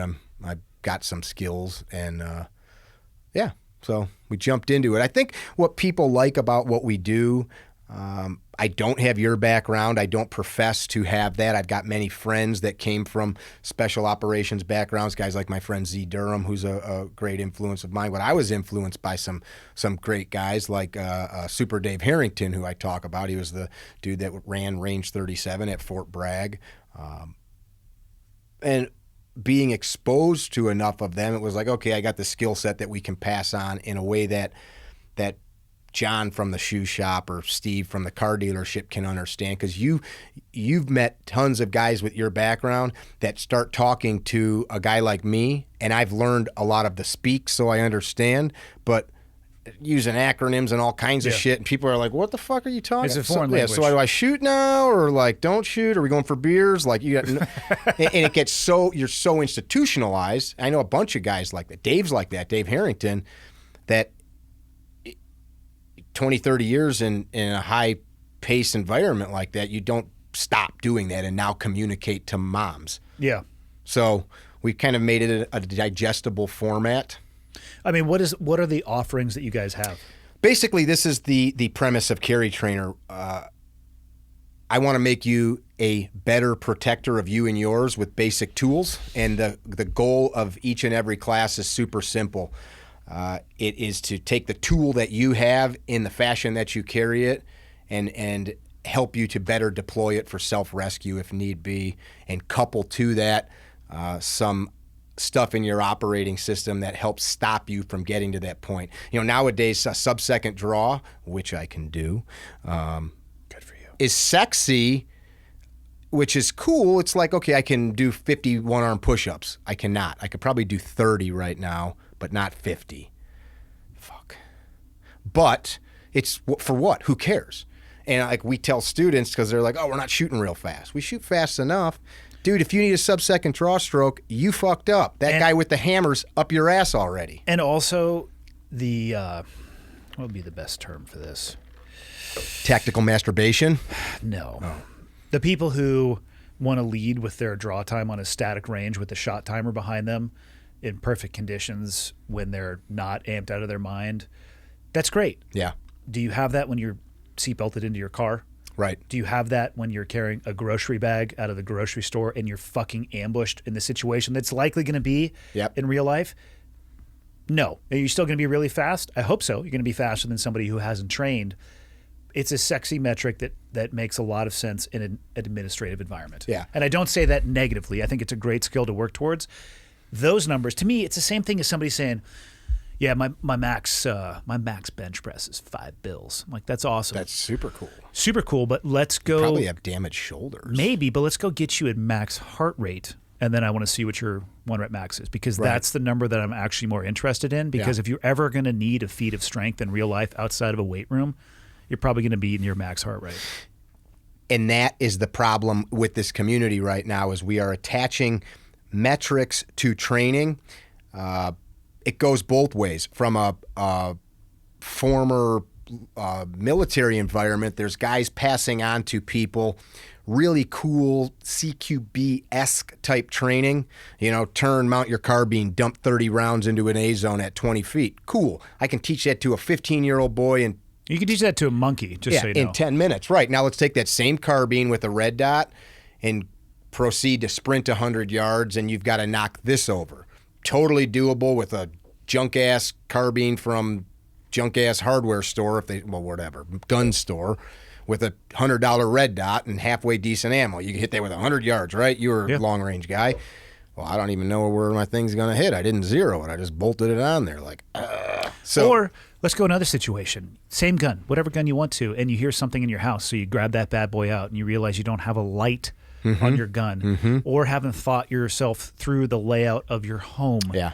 And, you know, that that lesson of, like you said, present the carbine 30 rounds in the A zone as fast as possible. Maybe target discrimination first. Maybe figure out if that's your high school age kid that's sneaking back. You know what I mean? Yeah. There's the range drill, the direct application to the real world. It's not 100%.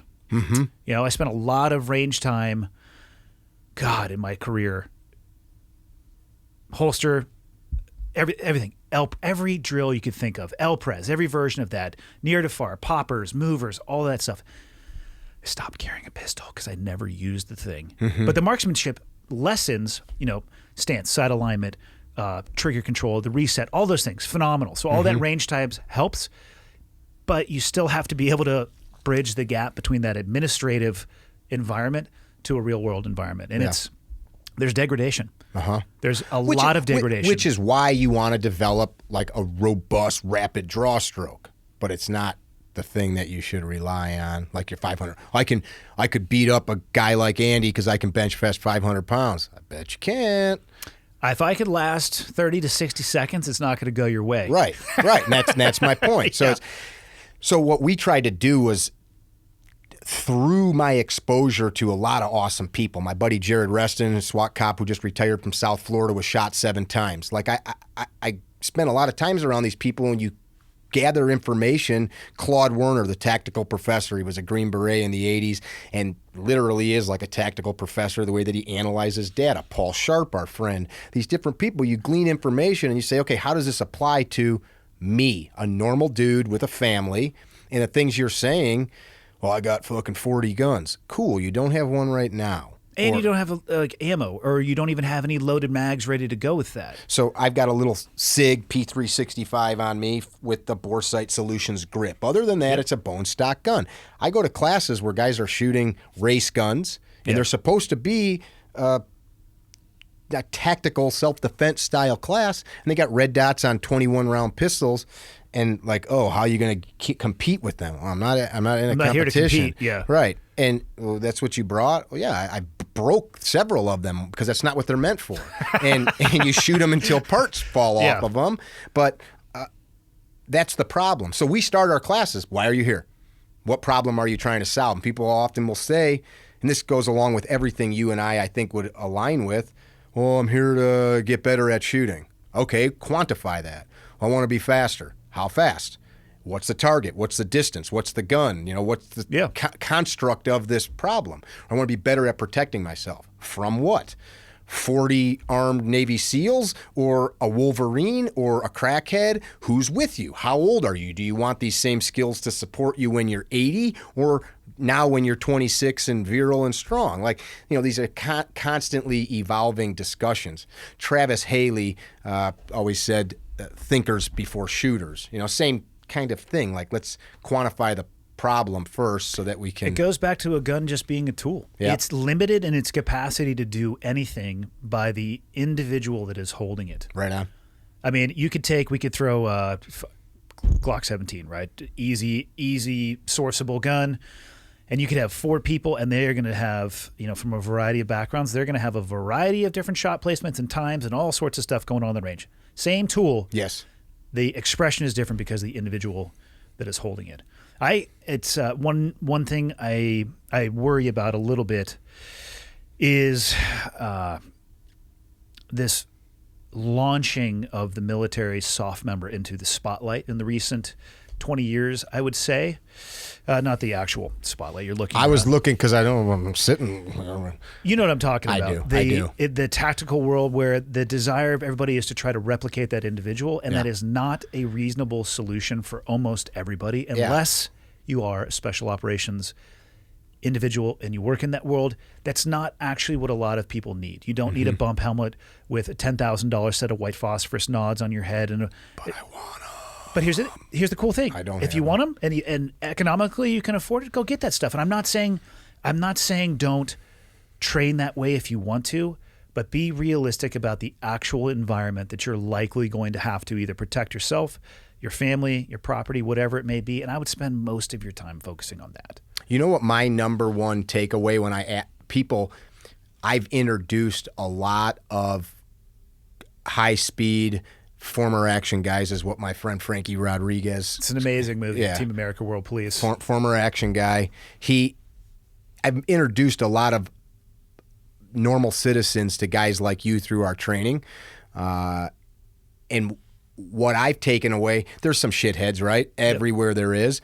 But the guys that are cool, that excelled, that did a good job, that did their time in service or are still in, the takeaway that I have seen that I've tried to pass on to people, like, yeah, that guy's a badass that has all of these millions of skydives and dive qualifications, et cetera. You're not going to get that. You don't have, nobody's taking you up to the edge of space like you and letting you jump thousands of times for free because you're in the Navy. You're not doing that.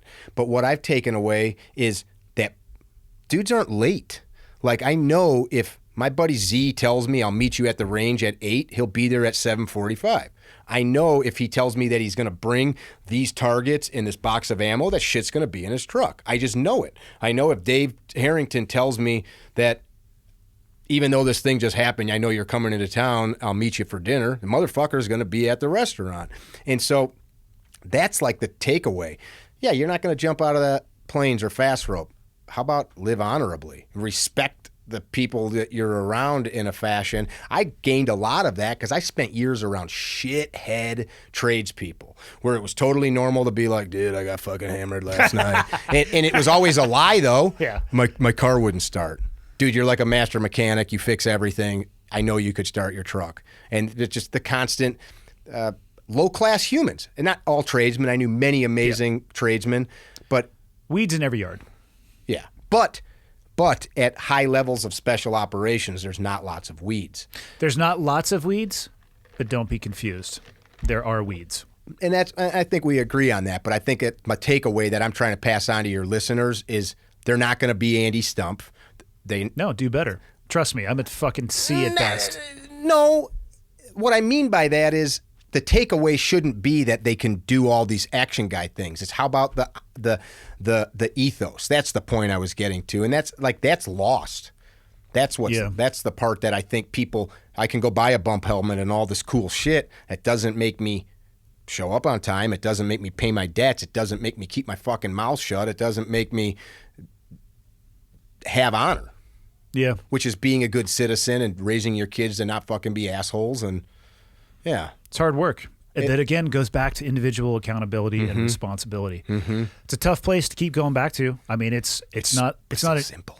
It's simple, but it's not easy. Right. It's not an easy path to walk, but you want to talk about making a massive difference in your life and the life of those who are around you. I don't know if anything could it be more impactful.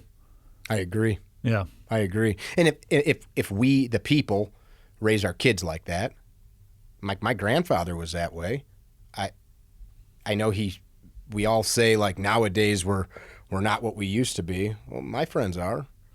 Yeah, that's the thing. There's still people who are, I would like to think that generationally we continue to leap forward. There's still plenty of people who are pushing the limits of that. And yeah, you were just doing work with Mike Glover. That guy's doing amazing shit all over the country. Yeah, he's awesome. Yeah. Yeah, surrounded by people who, just like you described, if they tell you they're going to be there at 8, it's like 7:50 at the latest. They're going to have all their gear. Sure, they're going to show up on time and ready to execute whatever is in front of them. Those people are out there. Mm-hmm. You got to be careful with who you choose to invest your time with. Yeah. Because that shit, it bleeds. I just was talking with Coach Dan the other day, and we were talking about somebody. And the way I phrased it was that person hasn't earned my energy. And it wasn't being arrogant. It wasn't anything I'd say to that person, yeah, you haven't earned my energy. But I understand exactly what you're like saying. you have, I don't, and it's not like you got to spend enough time with me and then maybe I'll weigh it out. It's like I could just see this person just wants something for nothing. And not that there should even be a trade-off. But yeah, they just haven't earned it yet. Yeah. And I'm the same way. If I called you up and was like, hey, could I give you my product to put all over your podcast? I don't know you, and you'd probably be like, who the fuck are you? I wouldn't say that to you. I'd call Danny and be like, hey, can you smash that dude the next time he's on the mat? And Dad would be like, yeah, of course I will. But no you know problem. what I'm saying. Yeah. No, that stuff takes time. But the best relationships I have are not ones that I encountered overnight. Yeah. It was people that invested in me and I invested in them, and we had shared experiences, most often physical, not necessarily fighting, but going out and, pressing down on the button and exploring and pushing ourselves hard. Is this a Brokeback Mountain kind of a thing? I mean, you could think about it like that. I didn't watch that movie. I know there was some, homoerotic shit that happened in there. And you know what? If that's your thing, Mickey, it's okay. I'm not going to judge you. And on that note, tell me about these S12 events. Oh, cool. Yeah. We do have a room that we call the Dick Dungeon. That's probably, that shouldn't be printed anywhere. It's not. Okay. Pretty cool event. I have so you're talking about different training that you've done like Mid-South or Rogers. These are great shooting-centric courses. They're not teaching you land navigation or anything. This is a guy that put together an amazing course to teach people with thousands of rounds to shoot a pistol. There's tons of that. And there's places where you can go, like, I call them round robin circle jerks. I'm going to go shoot with Andy for 10 minutes. I'm going to go over here and it's like, I'm going to touch him. I want to touch him. I want to get selfies. You're going to touch the dragon a little bit. Yeah, it's stupid. It's stupid. I'd rather show up, have you teach me an armbar for 3 days straight, if that's your thing, or whatever. So what we did was we said, okay, what's the average problems that people see? This is something we can all argue about, but we shoot tons of ammo, pistol, and we work till we get a very robust, repeatable draw stroke. And what I tell people is I want their skills, if somebody sees them, not to say you're awesome, but like, okay, that guy's solid. I can see that their skills are built on solid foundations and repeatable actions. So they learn really good, solid foundational skills where if they're going to teach their kid, their girlfriend, their buddies, I know they've got good stuff. There's about 8 instructors that are there. Paul Sharp, Brian McKenzie, The Art of Breath is there. Z Durham, D-Day Response Group. So they're 18 Deltas, Green Beret medics, which everybody in your community knows those are like the best medics in the world. Yep. I mean, I've had trauma surgeons tell me I'd rather that guy plug me up than like one of my friends, because in an austere or non-hospital environment, they're good. So everybody learns TCCC, and it's a very well-done 4-day program where we link together the shooting. We link together some combatives with Paul Sharp and Z Durham. And it's not complex stuff. We're not going through jujitsu. We're teaching people how to weather an ambush. We're teaching them how to stand in base like we did today. We're teaching them how to keep their gun and not have it taken from them. We do tons of shooting and moving. Most all of our shooting is done while moving. And the students leave with a nationally recognized TCCC cert. I bring out 2 corporate chefs from Colorado, Chef Kent and Chef Emmy, and we eat very well. It's a 450 private acre retreat center in Nashville area out in the woods. So we commandeer the whole place for days. So it's nice. Like from a training perspective, you don't leave, you get out of your car and you're there. You don't worry about meals. You don't really worry about anything other than if you bring an adult beverage. That's cool. So like we have like 40 students. There's about 12, 13, 14 staff total. Very safe. We never have any accidents. But you push people out of their comfort zone. They see what they're capable of, which is awesome. But what I found is so cool, and you just said it, that immersion for days, every one of those people leaves as buddies. They all, and gals, and they're getting to see how guys like Z and Paul and the D-Day guys, how they operate, and me, which is different. It's lots of dick jokes, but... Truly, people, if you ever meet Mickey, it's a lot of dick jokes. And it'll probably be within 90 seconds. That's how you break the ice. That is one way that you can break the ice. Yeah, okay. So don't judge me. I'm not judging you. I'm just being honest. Don't judge me. I consider it to be a premier training experience. It's expensive, but anything worthwhile usually is not cheap. We fill every 6 months to 8 months that we do the event, and I'm proud and honored to be with the guys and the sponsors. Supervel, I brought you some of Supervel's Hush Puppy ammo. They've sponsored every one of them. The Langdons from Langdon Technical Technology sponsor it. North American Rescue has sponsored it in the past. Some good companies. Boresight Solutions, Ben, whose gun I'm wearing, he's attended every one of the events. And would it be a good event for somebody very new in their gun ownership journey? I would suggest that you at least have a solid set of gun handling skills. Don't show up and be like, here's the receipt still on the box. You should at least know how to manipulate the pistol, how to load a magazine, because if we've got to like stop and show you those things. And so what we do, if people sign up and they're in that position, I've got a series of videos that we send you. But because we've got so many instructors on the line, if somebody's in that position, we kind of push them over there. Where do you recommend people start on their journey? Because in the current environment, during COVID, the number of at least background checks, first-time background checks, skyrocketed. That's so there huge. are a lot of new gun owners out there. Yeah. Where do you recommend starting people off? Because I get this question often, and you teach professionally for a living, so I'm curious as to what you'd say. So I always start with what's the problem, like I said a minute ago. What problem are you trying to solve? And most people, it's I just want to get better with my gun to protect my family. And that looks like so many things. In our curriculum, I've got a printed curriculum. There's a list of about 55 people in there that go call these people. It is a challenge nowadays. Like when I started shooting, as a non-law enforcement, non-military guy, I'm only telling you this so that it'll make the point. There was like 5 companies in the country. Gunsight was one of them, Thunder Ranch, companies like that were teaching like the general public. Other than that, you'd find a guy like one of my mentors, Bob Housingay, 6-time national shooting champ police chief, in Comanche, Iowa. You had to get a form from him that he mailed you, and then you'd go to the police or the state's attorney or a judge and get a clean bill of health that you weren't a criminal. And then he'd still say, okay, like, this is how he talks. Well, why do you want this training? And you'd have to explain why you wanted it. Now it's everywhere. And this is your point. Almost too much. It is. Because there are charlatans hiding in plain sight. Tons. And there's a lot of people that don't like me because of my lack of a tactical background, and I would never try to say something otherwise. The material that I pass on and the people that support me, I think, kind of means something in relationship to that. But to your question, now there is so many reputable people. And if we're talking about life and death, we're talking about going to prison, not going to prison for making the correct decisions, you need to invest a little fucking energy in that. And I think that's forgotten often. Yeah. That decision, whether you either get this right or you might go to jail/prison, or probably, jail first, then prison for the rest of your life. I mean, if you told somebody, hey, this thing, your driving skills suck. So if you don't learn how to drive, there's a high probability that you'll kill your children at some point or somebody else's. I mean, you probably would take that seriously, but nobody thinks like that.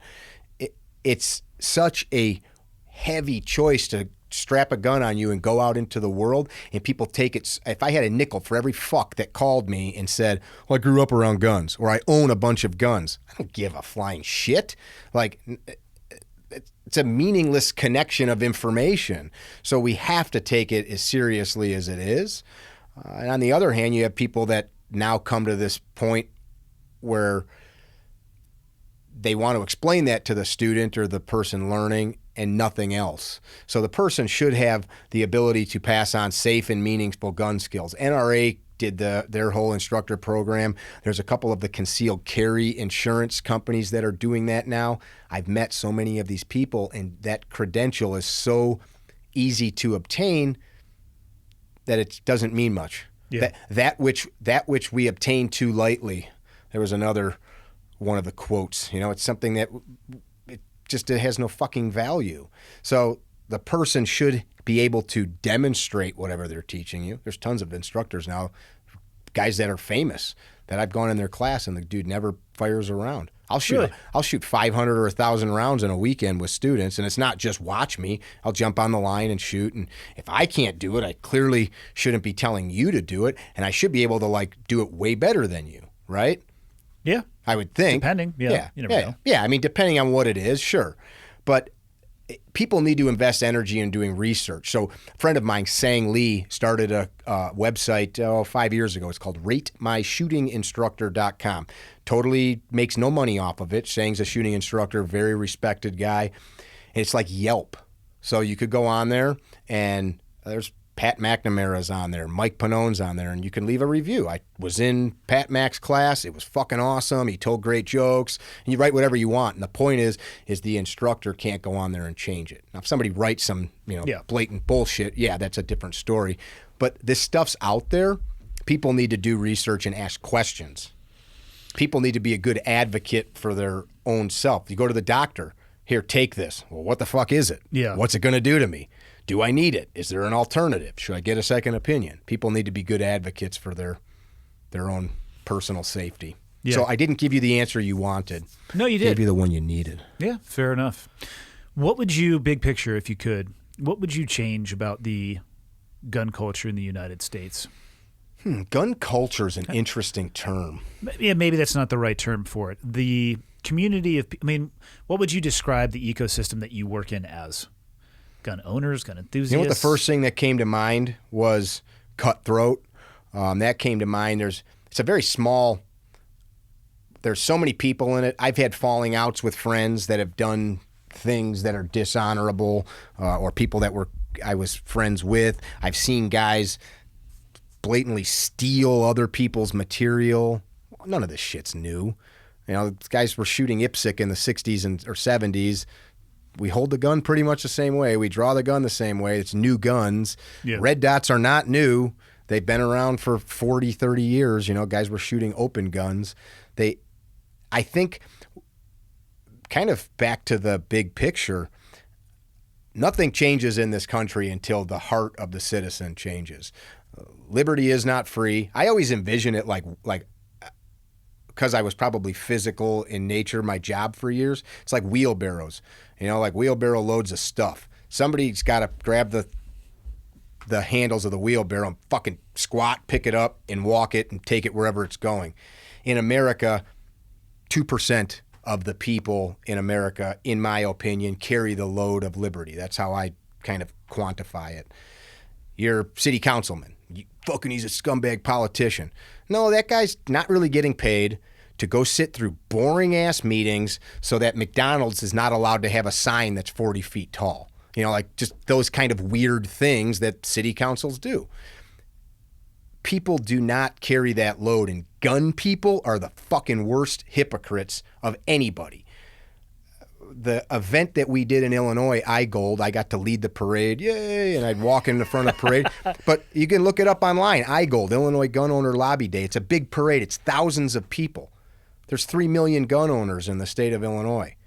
There's only 10,000 people in our capital, yet all these people will write on Facebook about how shitty our government is. We got a very anti-gun governor in Illinois. Just as an example, it's not even about mobilizing or doing work. It's about, like, what do you really want? What you really want is to sit in your garage and drink beer and bitch. You really don't want to do the work of liberty. And that's what needs to change. And that, I don't think, changes because some guy gets up out of his garage. It changes because a guy like you or me lives it. And I do, and I'm not patting myself on the back. I always did not. I was a shithead. I was the hypocrite.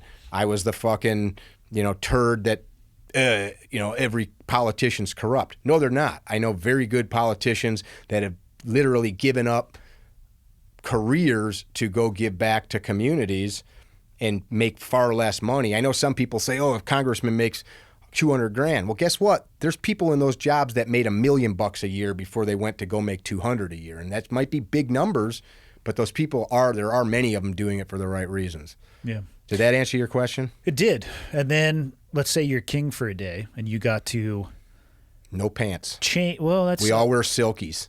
That is true, and you wore them every day in Costa Rica, and it was not enough fabric between your intimate body parts and the rest of the world. Yeah.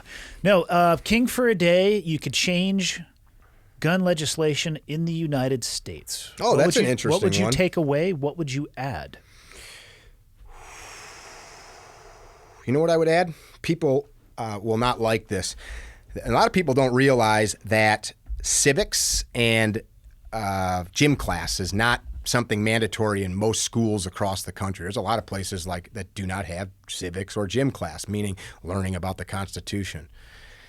This is the whole idea of liberty that I keep talking about. The reason that it's forgotten is people forget. I've been reading 1776 again. Actually, I've been listening to it. My wife bought me the book 18 years ago or whenever it was that book was written, and I've been listening to it on this trip. And the detail of which he describes the battles of the Revolution. I'm listening to the Battle for New York is where I'm at in the book. And we're fucked. Our army was ragged. We're at the time we're fucked. Yeah. We're fighting the most well-trained army in the world. We're ragtag. These are not soldiers. They're shopkeepers. They're farmers. They didn't even have uniforms. Some of these guys are taking sickle blades and fashioning them to poles to be like a pike. That's their weapon. And they're fighting the most well-trained. You know all this stuff. But as I'm reading it, I forgot the officer's name. He was told, hold this point at all costs. He never got another command issued to him, so he held it, knowing like, fuck, we're dying. And eventually he sent everybody but like 50 men that stayed. He sent them all, go through that marsh. You can get out, because every line of retreat was taken because everybody else left. Everybody else that was in the Continental Army left, and that fucker's like, well, they didn't tell me to leave. He led the charge and died in it to suppress thousands of Hessians and Brits so that his men could go escape through this marsh. And how many people understand that? And they even talked about it. These guys would say, we're never going to appreciate this. It's for posterity. That's us. We need to know those stories, because if you don't know that story, it's not just, ooh, I get to carry a gun. It's that some fucking dude bled to death in a marsh 200 and some odd years ago so that we could sit here and have this discussion. That's mind-numbing to me that people don't know these stories. Yeah, I think it would give them a better lens to view the world. Mm-hmm. How about in just the gun-specific realm? That was it. No legislation. That was it. That's it. You need to study. That was it. I'm king. God damn it. Yeah. So you need to study American history. If you're going to own a gun, you need to understand what led up to the revolution. You also need to understand all of the bullshit, because there's so many lies that we tell each other about it. Some of these men were thieves, some were cowards, some were liars. Some of them owned people, which was dastardly and disgusting, and they just swept that under the rug while they said that it was for all mankind. I mean, I'm not afraid to talk about that. Yeah. And I think it's good. We shouldn't be afraid to talk about that. No. That's how I think you can actually move past that in some ways. So while you may want me to say like we should make bump stocks legal. I was just curious. Yeah. I guess I've looked at this problem from that perspective for so many years that the only thing that really changes it is gaining a complete appreciation. I mean, you get this. We're so freaking lucky to be here. You're born here. You won the lottery. Yep. You're even if you live in abject poverty, you have the ability, if you choose to do something with it. And I think we've lost the appreciation for that, man. These stories, I'll sit and read some of them. I get choked up just talking about it right now. And it's like, fuck. Like, these guys understood, and gals, so many of them knew we will never appreciate this. But somebody, some point, somewhere will. That's us. So, and if we are the enlightened ones, you and I and others listening that understand this, man, you got to tell those stories and tell people, read that shit. Read that shit. I don't want to say don't read them scriptures or whatever. It should be just as valuable as those scriptures, because without these stories, you wouldn't have the freedom of religion to worship that you have. Without these stories, you wouldn't be able to do all of this stuff. Yeah. I like that answer. Tell me about these bags on the desk. What do we got here? That is gun grease. So a couple years ago, I got hooked up with an excellent man, another dude who fought and won a gun battle, JT Timmons. Badass dude. He was attached to a U.S. Marshal unit, and while following a suspect, the suspect prevented a pistol, shot him through his pelvis, and JT is a tough son of a bitch. He won that fight, and the other guy did not. JT's an expert gunsmith. He's no longer in the law enforcement community after that, but he goes around tells that story. As an expert gunsmith, he decided he needed a better lubricant. And so this is what he came up with. The grease we have added, but it's gunfighter gun oil. And he does not like dealing with customers. So he sent me some years ago. He's more of a product man. Yeah. He just doesn't like it. So it is the finest gun oil on the planet. This is weird. People get vehement about this. People will like send me a letter. Fuck you, man. You can use motor oil. You can, and go ahead. You can also live off McDonald's. Do that. You know, like it's a super high quality product that's completely synthetic. And what I've done with the brand, so we own the company, my wife and I, everything's made in America, down to the label, the machines that we bottle are made in America. The needle that's in there is made in America. It's very hard to find plastic bottles that are made in the USA, by the way. Really? So yeah, every bit of it is made in America, and I don't have any like designation to prove that other than receipts of where we buy stuff. I don't tout it as like some special, like, hey, it costs more, but it's very good stuff. So these are syringes of gun grease. This is a gun oil. We sell a gun cleaner as well. I never actually have used gun grease. So grease, the one thing, so like carrying a gun in this position, right? Gravity. Lubricants are going to end up just going towards the muzzle. Grease is heavier. Something that we've started doing recently, so like your bolt action guy from your long range time, a lot of high tolerance guns, there's not space for grease. That you will like. It's a very soft grease, and so what it does is the way that lubricant works is it actually creates a boundary between surfaces. Cheap grease or cheap lubricant in general does a poor job because it erodes, it breaks down, heat dissipates it. This is all synthetic, and the easiest way to describe that is if we took marbles and dumped them on this table, and we had marbles of different sizes, it'd be slippery, but the surface is going to be irregular. That's conventional, like oil that comes out of the ground. Synthetic oil, when they make it, all of those marbles will be the same shape. Gotcha. What makes these products special is they are non-biodegradable. Everything's biodegradable at some point. Everything will degrade. Why that's important is if you buy, there are products on the market that smell good. They're totally safe too. You wouldn't want to eat it, but if you did, it wouldn't kill you. They're food, not food grade in the sense they could be put into food, but if they were used like on a line where food was around, which is important to me because lead's bad. I have elevated lead levels. I don't want to do something. This is the mindset thing. I don't want to do something to protect myself and then get sick from cleaning my guns. Yeah.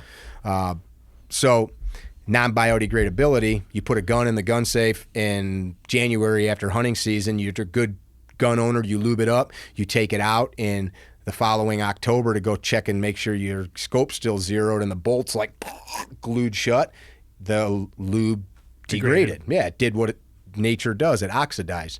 This stuff, so it's you're going to find you don't lube as much. And you can use grease in the place of lube, largely definitely interchangeable. I use these on my my Berettas. I shoot the 92 Langdon Berettas. Okay.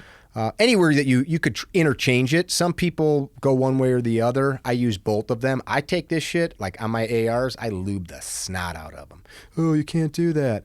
Sure you can. I fire 50 to 60,000 rounds a year, and I argue with anybody that tells me that. I mean, I lube the snot out of them. Not like where it's pouring off. Yeah. Heat reduces friction. Friction causes wear. Heat and friction it degrade the accuracy of the gun. They wear the action out. Heat and friction wear parts out, so the longevity of the gun goes away. I recently took a bunch of our guns out, and we filmed them on a very expensive FLIR camera. I mag dumping, and you'll see with any grease, you'll see a lower temperature, or any oil, you'll see a lower temperature. But we did some comparisons, like this product versus that. It's good stuff. People get tribal about this stuff, just like your buddy that owns Black Rifle. My coffee's better. Well, it's just an objective fact in that case. Right, and I appreciate that. We have objective facts. And that it's all on our website. So I appreciate you giving me the opportunity to put it on the table. That was not my intention bringing it here. I was bringing it to you. Fuck, man, I don't have this many guns. This is enough for all your friends. But for a lifetime. I'll send you more. What else you got going on?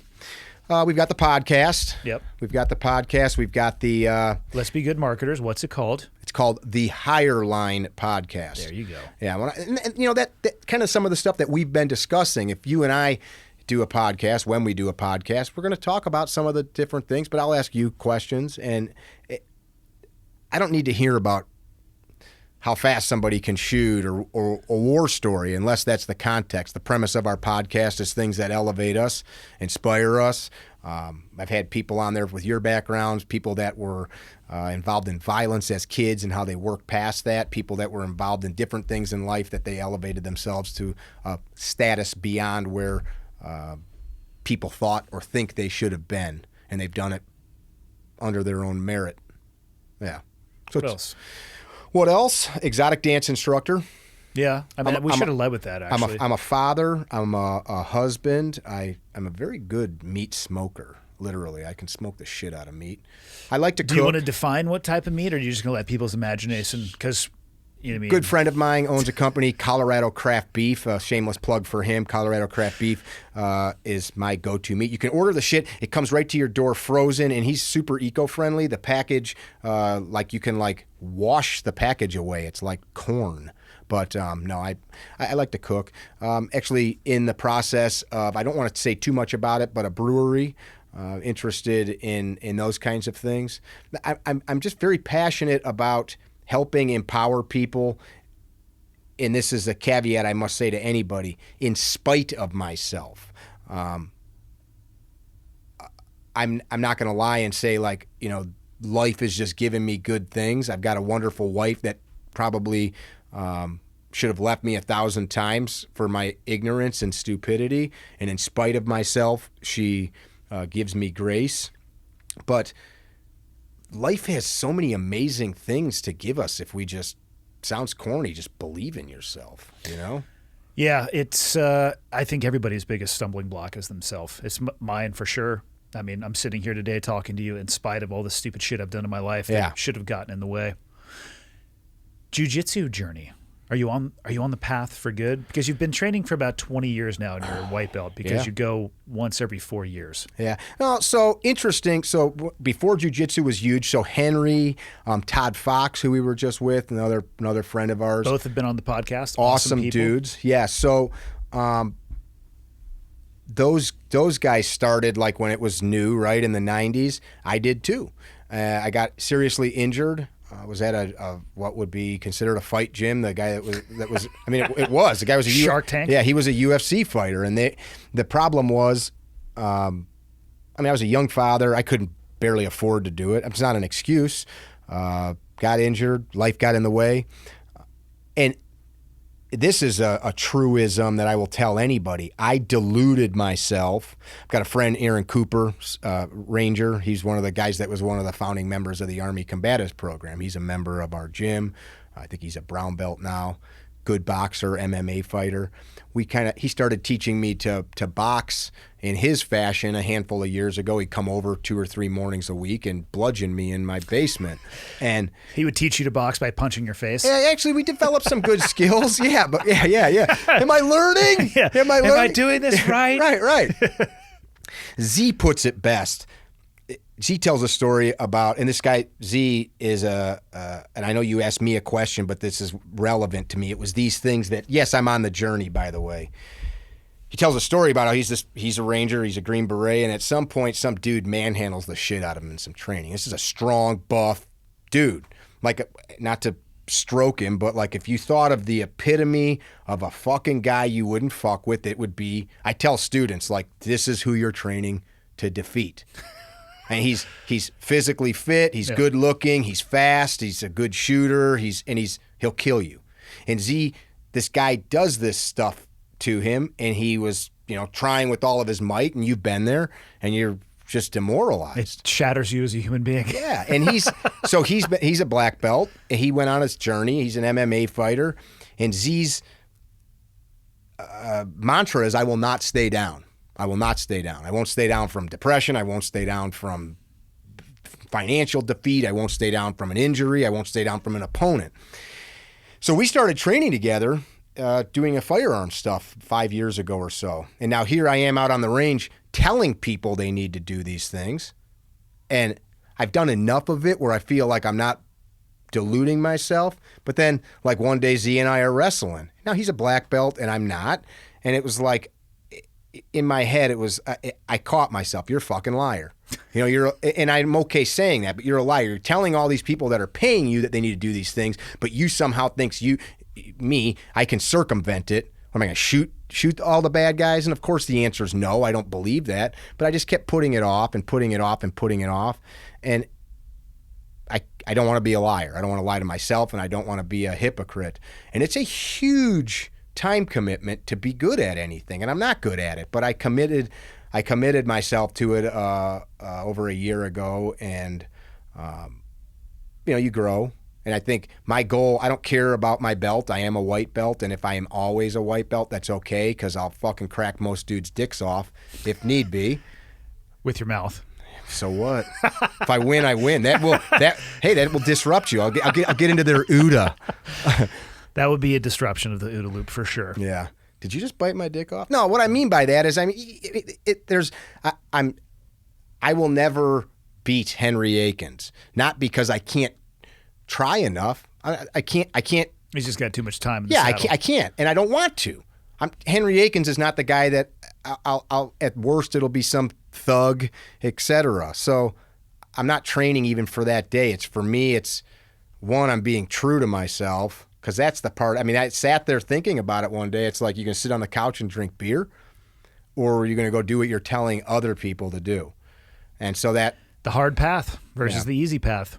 Individual accountability and responsibility. And I wasn't always that way, man. I was very good at excuses. I was very good at procrastination. And I think that's the natural sign. I mean, I've never had a time where I just nailed every single responsibility that I've had. Amen. There have times where I will do better, and then times where my life is a complete and utter fuck show. Yeah. And I'm struggling to get out of bed to this day. I think you said sine wave. I have had to come to grips with who I am, the totality of my existence up to this point. I used to, so like right now, I'm tapering off of like a month of hard charging. And, you know, talking to somebody like you, it's like, yeah, whatever. But for me, traveling, I drove 4,300 miles in 10 days, trained, had stops all along the way. I'm burnt. I feel good. But when I go home, I've got like 2 weeks before I got to go somewhere else. I don't want to say I crash, but I'll sleep in a couple hours every day. I will go on walks with the wife and dog and just kind of fuck off. I'll watch Netflix and be a bum. And I used to be like, oh, why am I like this? Well, it's like, dude, you got to do it for longevity. Right. And so I've been doing that. Yeah. The jiu-jitsu thing, I have to say, you guys here with SBG, the reason that I think that, Paul is an SBG guy, Paul Sharp, you guys get it. Not every gym's like that. And the people that I train with, they are my people. And that's something I would like most people to be able to experience. While you might crush me and we laugh and fuck, you just choked me, at the end of the day, you are literally, in the sense, saying, hey, man, here's my bod. Have at it. I know you're not going to hurt me. I trust you won't. If you do, it's going to suck. And it's like, that is a trust that I think most people don't understand. Yeah. And the closeness, I mean, the people at my gym are all professional. So they're not training to be MMA fighters. They all have legitimate jobs and careers and families. And we all have to go home unbroken. But you've been with us. These people don't fuck around. No. I mean, they don't. Hard in the paint doesn't even actually describe it well enough. Yeah, they don't fuck around. No. And I appreciate that, actually. Yeah. And we show up, and it sounds almost like bullshit, but every one of these people genuinely cares what's going on with the other's kids, the other's life, the other's job. And we talk, I mean, it is plain and as deep as anybody I have in my whole life. We sit in a sauna together after class, and hey, man, I heard your mom's sick, or you get a person on another level when you do that type of training together. Agreed. Yeah. Final question. Are you ready for dinner? It's almost that time. I'm ready for dinner. I think what I enjoy most about my travels is people. At the end of my life, it's people. And I've met so many amazing people due to the internet. When people bitch about the internet, the first thing I think about, I wouldn't know Andy Stump if it wasn't for the internet. That's true. Yeah, I would. There's beauty and also just complete and utter fucking disgust on So that. I just ignore that. Yeah. You know, you and Leah and Travis and Kisa and just the folks that are out here. Paul. Paul's like, hey, I was on Stump's podcast. Who the fuck's that guy? No offense to you, I didn't know. And I'm like, oh, well, he's excited about it, so let me check it out. Yeah, it happens to me every day. Somebody that I know will be like, dude, did you see this? I'm like, I have no idea who that person is. And they're not derogatory in nature at all. There's so much information. Limited bandwidth. Yeah, so and much unlimited information. Yeah. Got to compartmentalize what's important to us. But so going to dinner, that's the stuff. I tell this to my kids, and I hope that it's not lost on them. I'm about to be a grandpa. My youngest daughter's having a baby in the next few weeks, and I'll say it to this granddaughter when she comes. But that's on my deathbed. I don't want to think about the fancy cameras I own or the guns or the money I made. Sitting having drinks with buddies and friends and, of course, family, that's a given. That's what's important, man. Agreed. So I'm 1,000% ready to drink some fine Montana brew. Perfect. Where can people find you? Carry Trainer, carrytrainer.com, Carry Trainer on Instagram, Carry Trainer on YouTube. We've got a pretty good YouTube channel that we have pioneered the long-form training videos that are super high quality. My man Drew Veneman, we met through politics. The guy is a badass videographer and editor. I couldn't do anything without him in this business. So if you just Google Carry Trainer, you will find us. Perfect. CarryTrainer. I believe that's how it's spelled. Trainer. Yeah, Trainer. Dude, thanks for making the trip. Thanks for the 2 training sessions. We hit it hard over the last 2 days. Thank you. Love it, man. It's been awesome. I am honored to be at the table that you have had so many wonderful people at, and it means a lot to me that you asked. So thank you. Hey, my pleasure having you here, man. Appreciate it. Thank you. On the west bank of the river. That's A-firm, west bank. It gives me hell. Still give it to me in the grove. Okay, one's in from the north. I've got the west bank of the river. Two's going to give it to you in the grove. Roger, give me that gun run. Right along that bag, baby. Ladies and gentlemen, thank you. Thanks for taking the time to tune in, whether you're listening on an audio-only platform or you're watching on YouTube. I appreciate that you take the time every week to tune in. People ask me a lot, what can they do to help me spread the word? And the answer is actually embedded in the question. The biggest thing you guys can do to help me, if you enjoy the podcast and you think it would be helpful to others, is subscribe and share it with other people. And if you have the time, go on to Apple Podcasts and leave me a rating and a review. If you think the podcast sucks, tell me it sucks and leave a 0-star review or the lowest stars possible. If you have a question, comment, or suggestion, you can go to clearedhotpodcast.com. And there is a contact me button right there, which will land in my inbox. And the last thing, if people are interested in helping out, what you can do is fly the old flag. And by that, I don't mean an actual flag, because I don't have any of those. I'm talking about t-shirts or sweatshirts or hats, whatever it may be.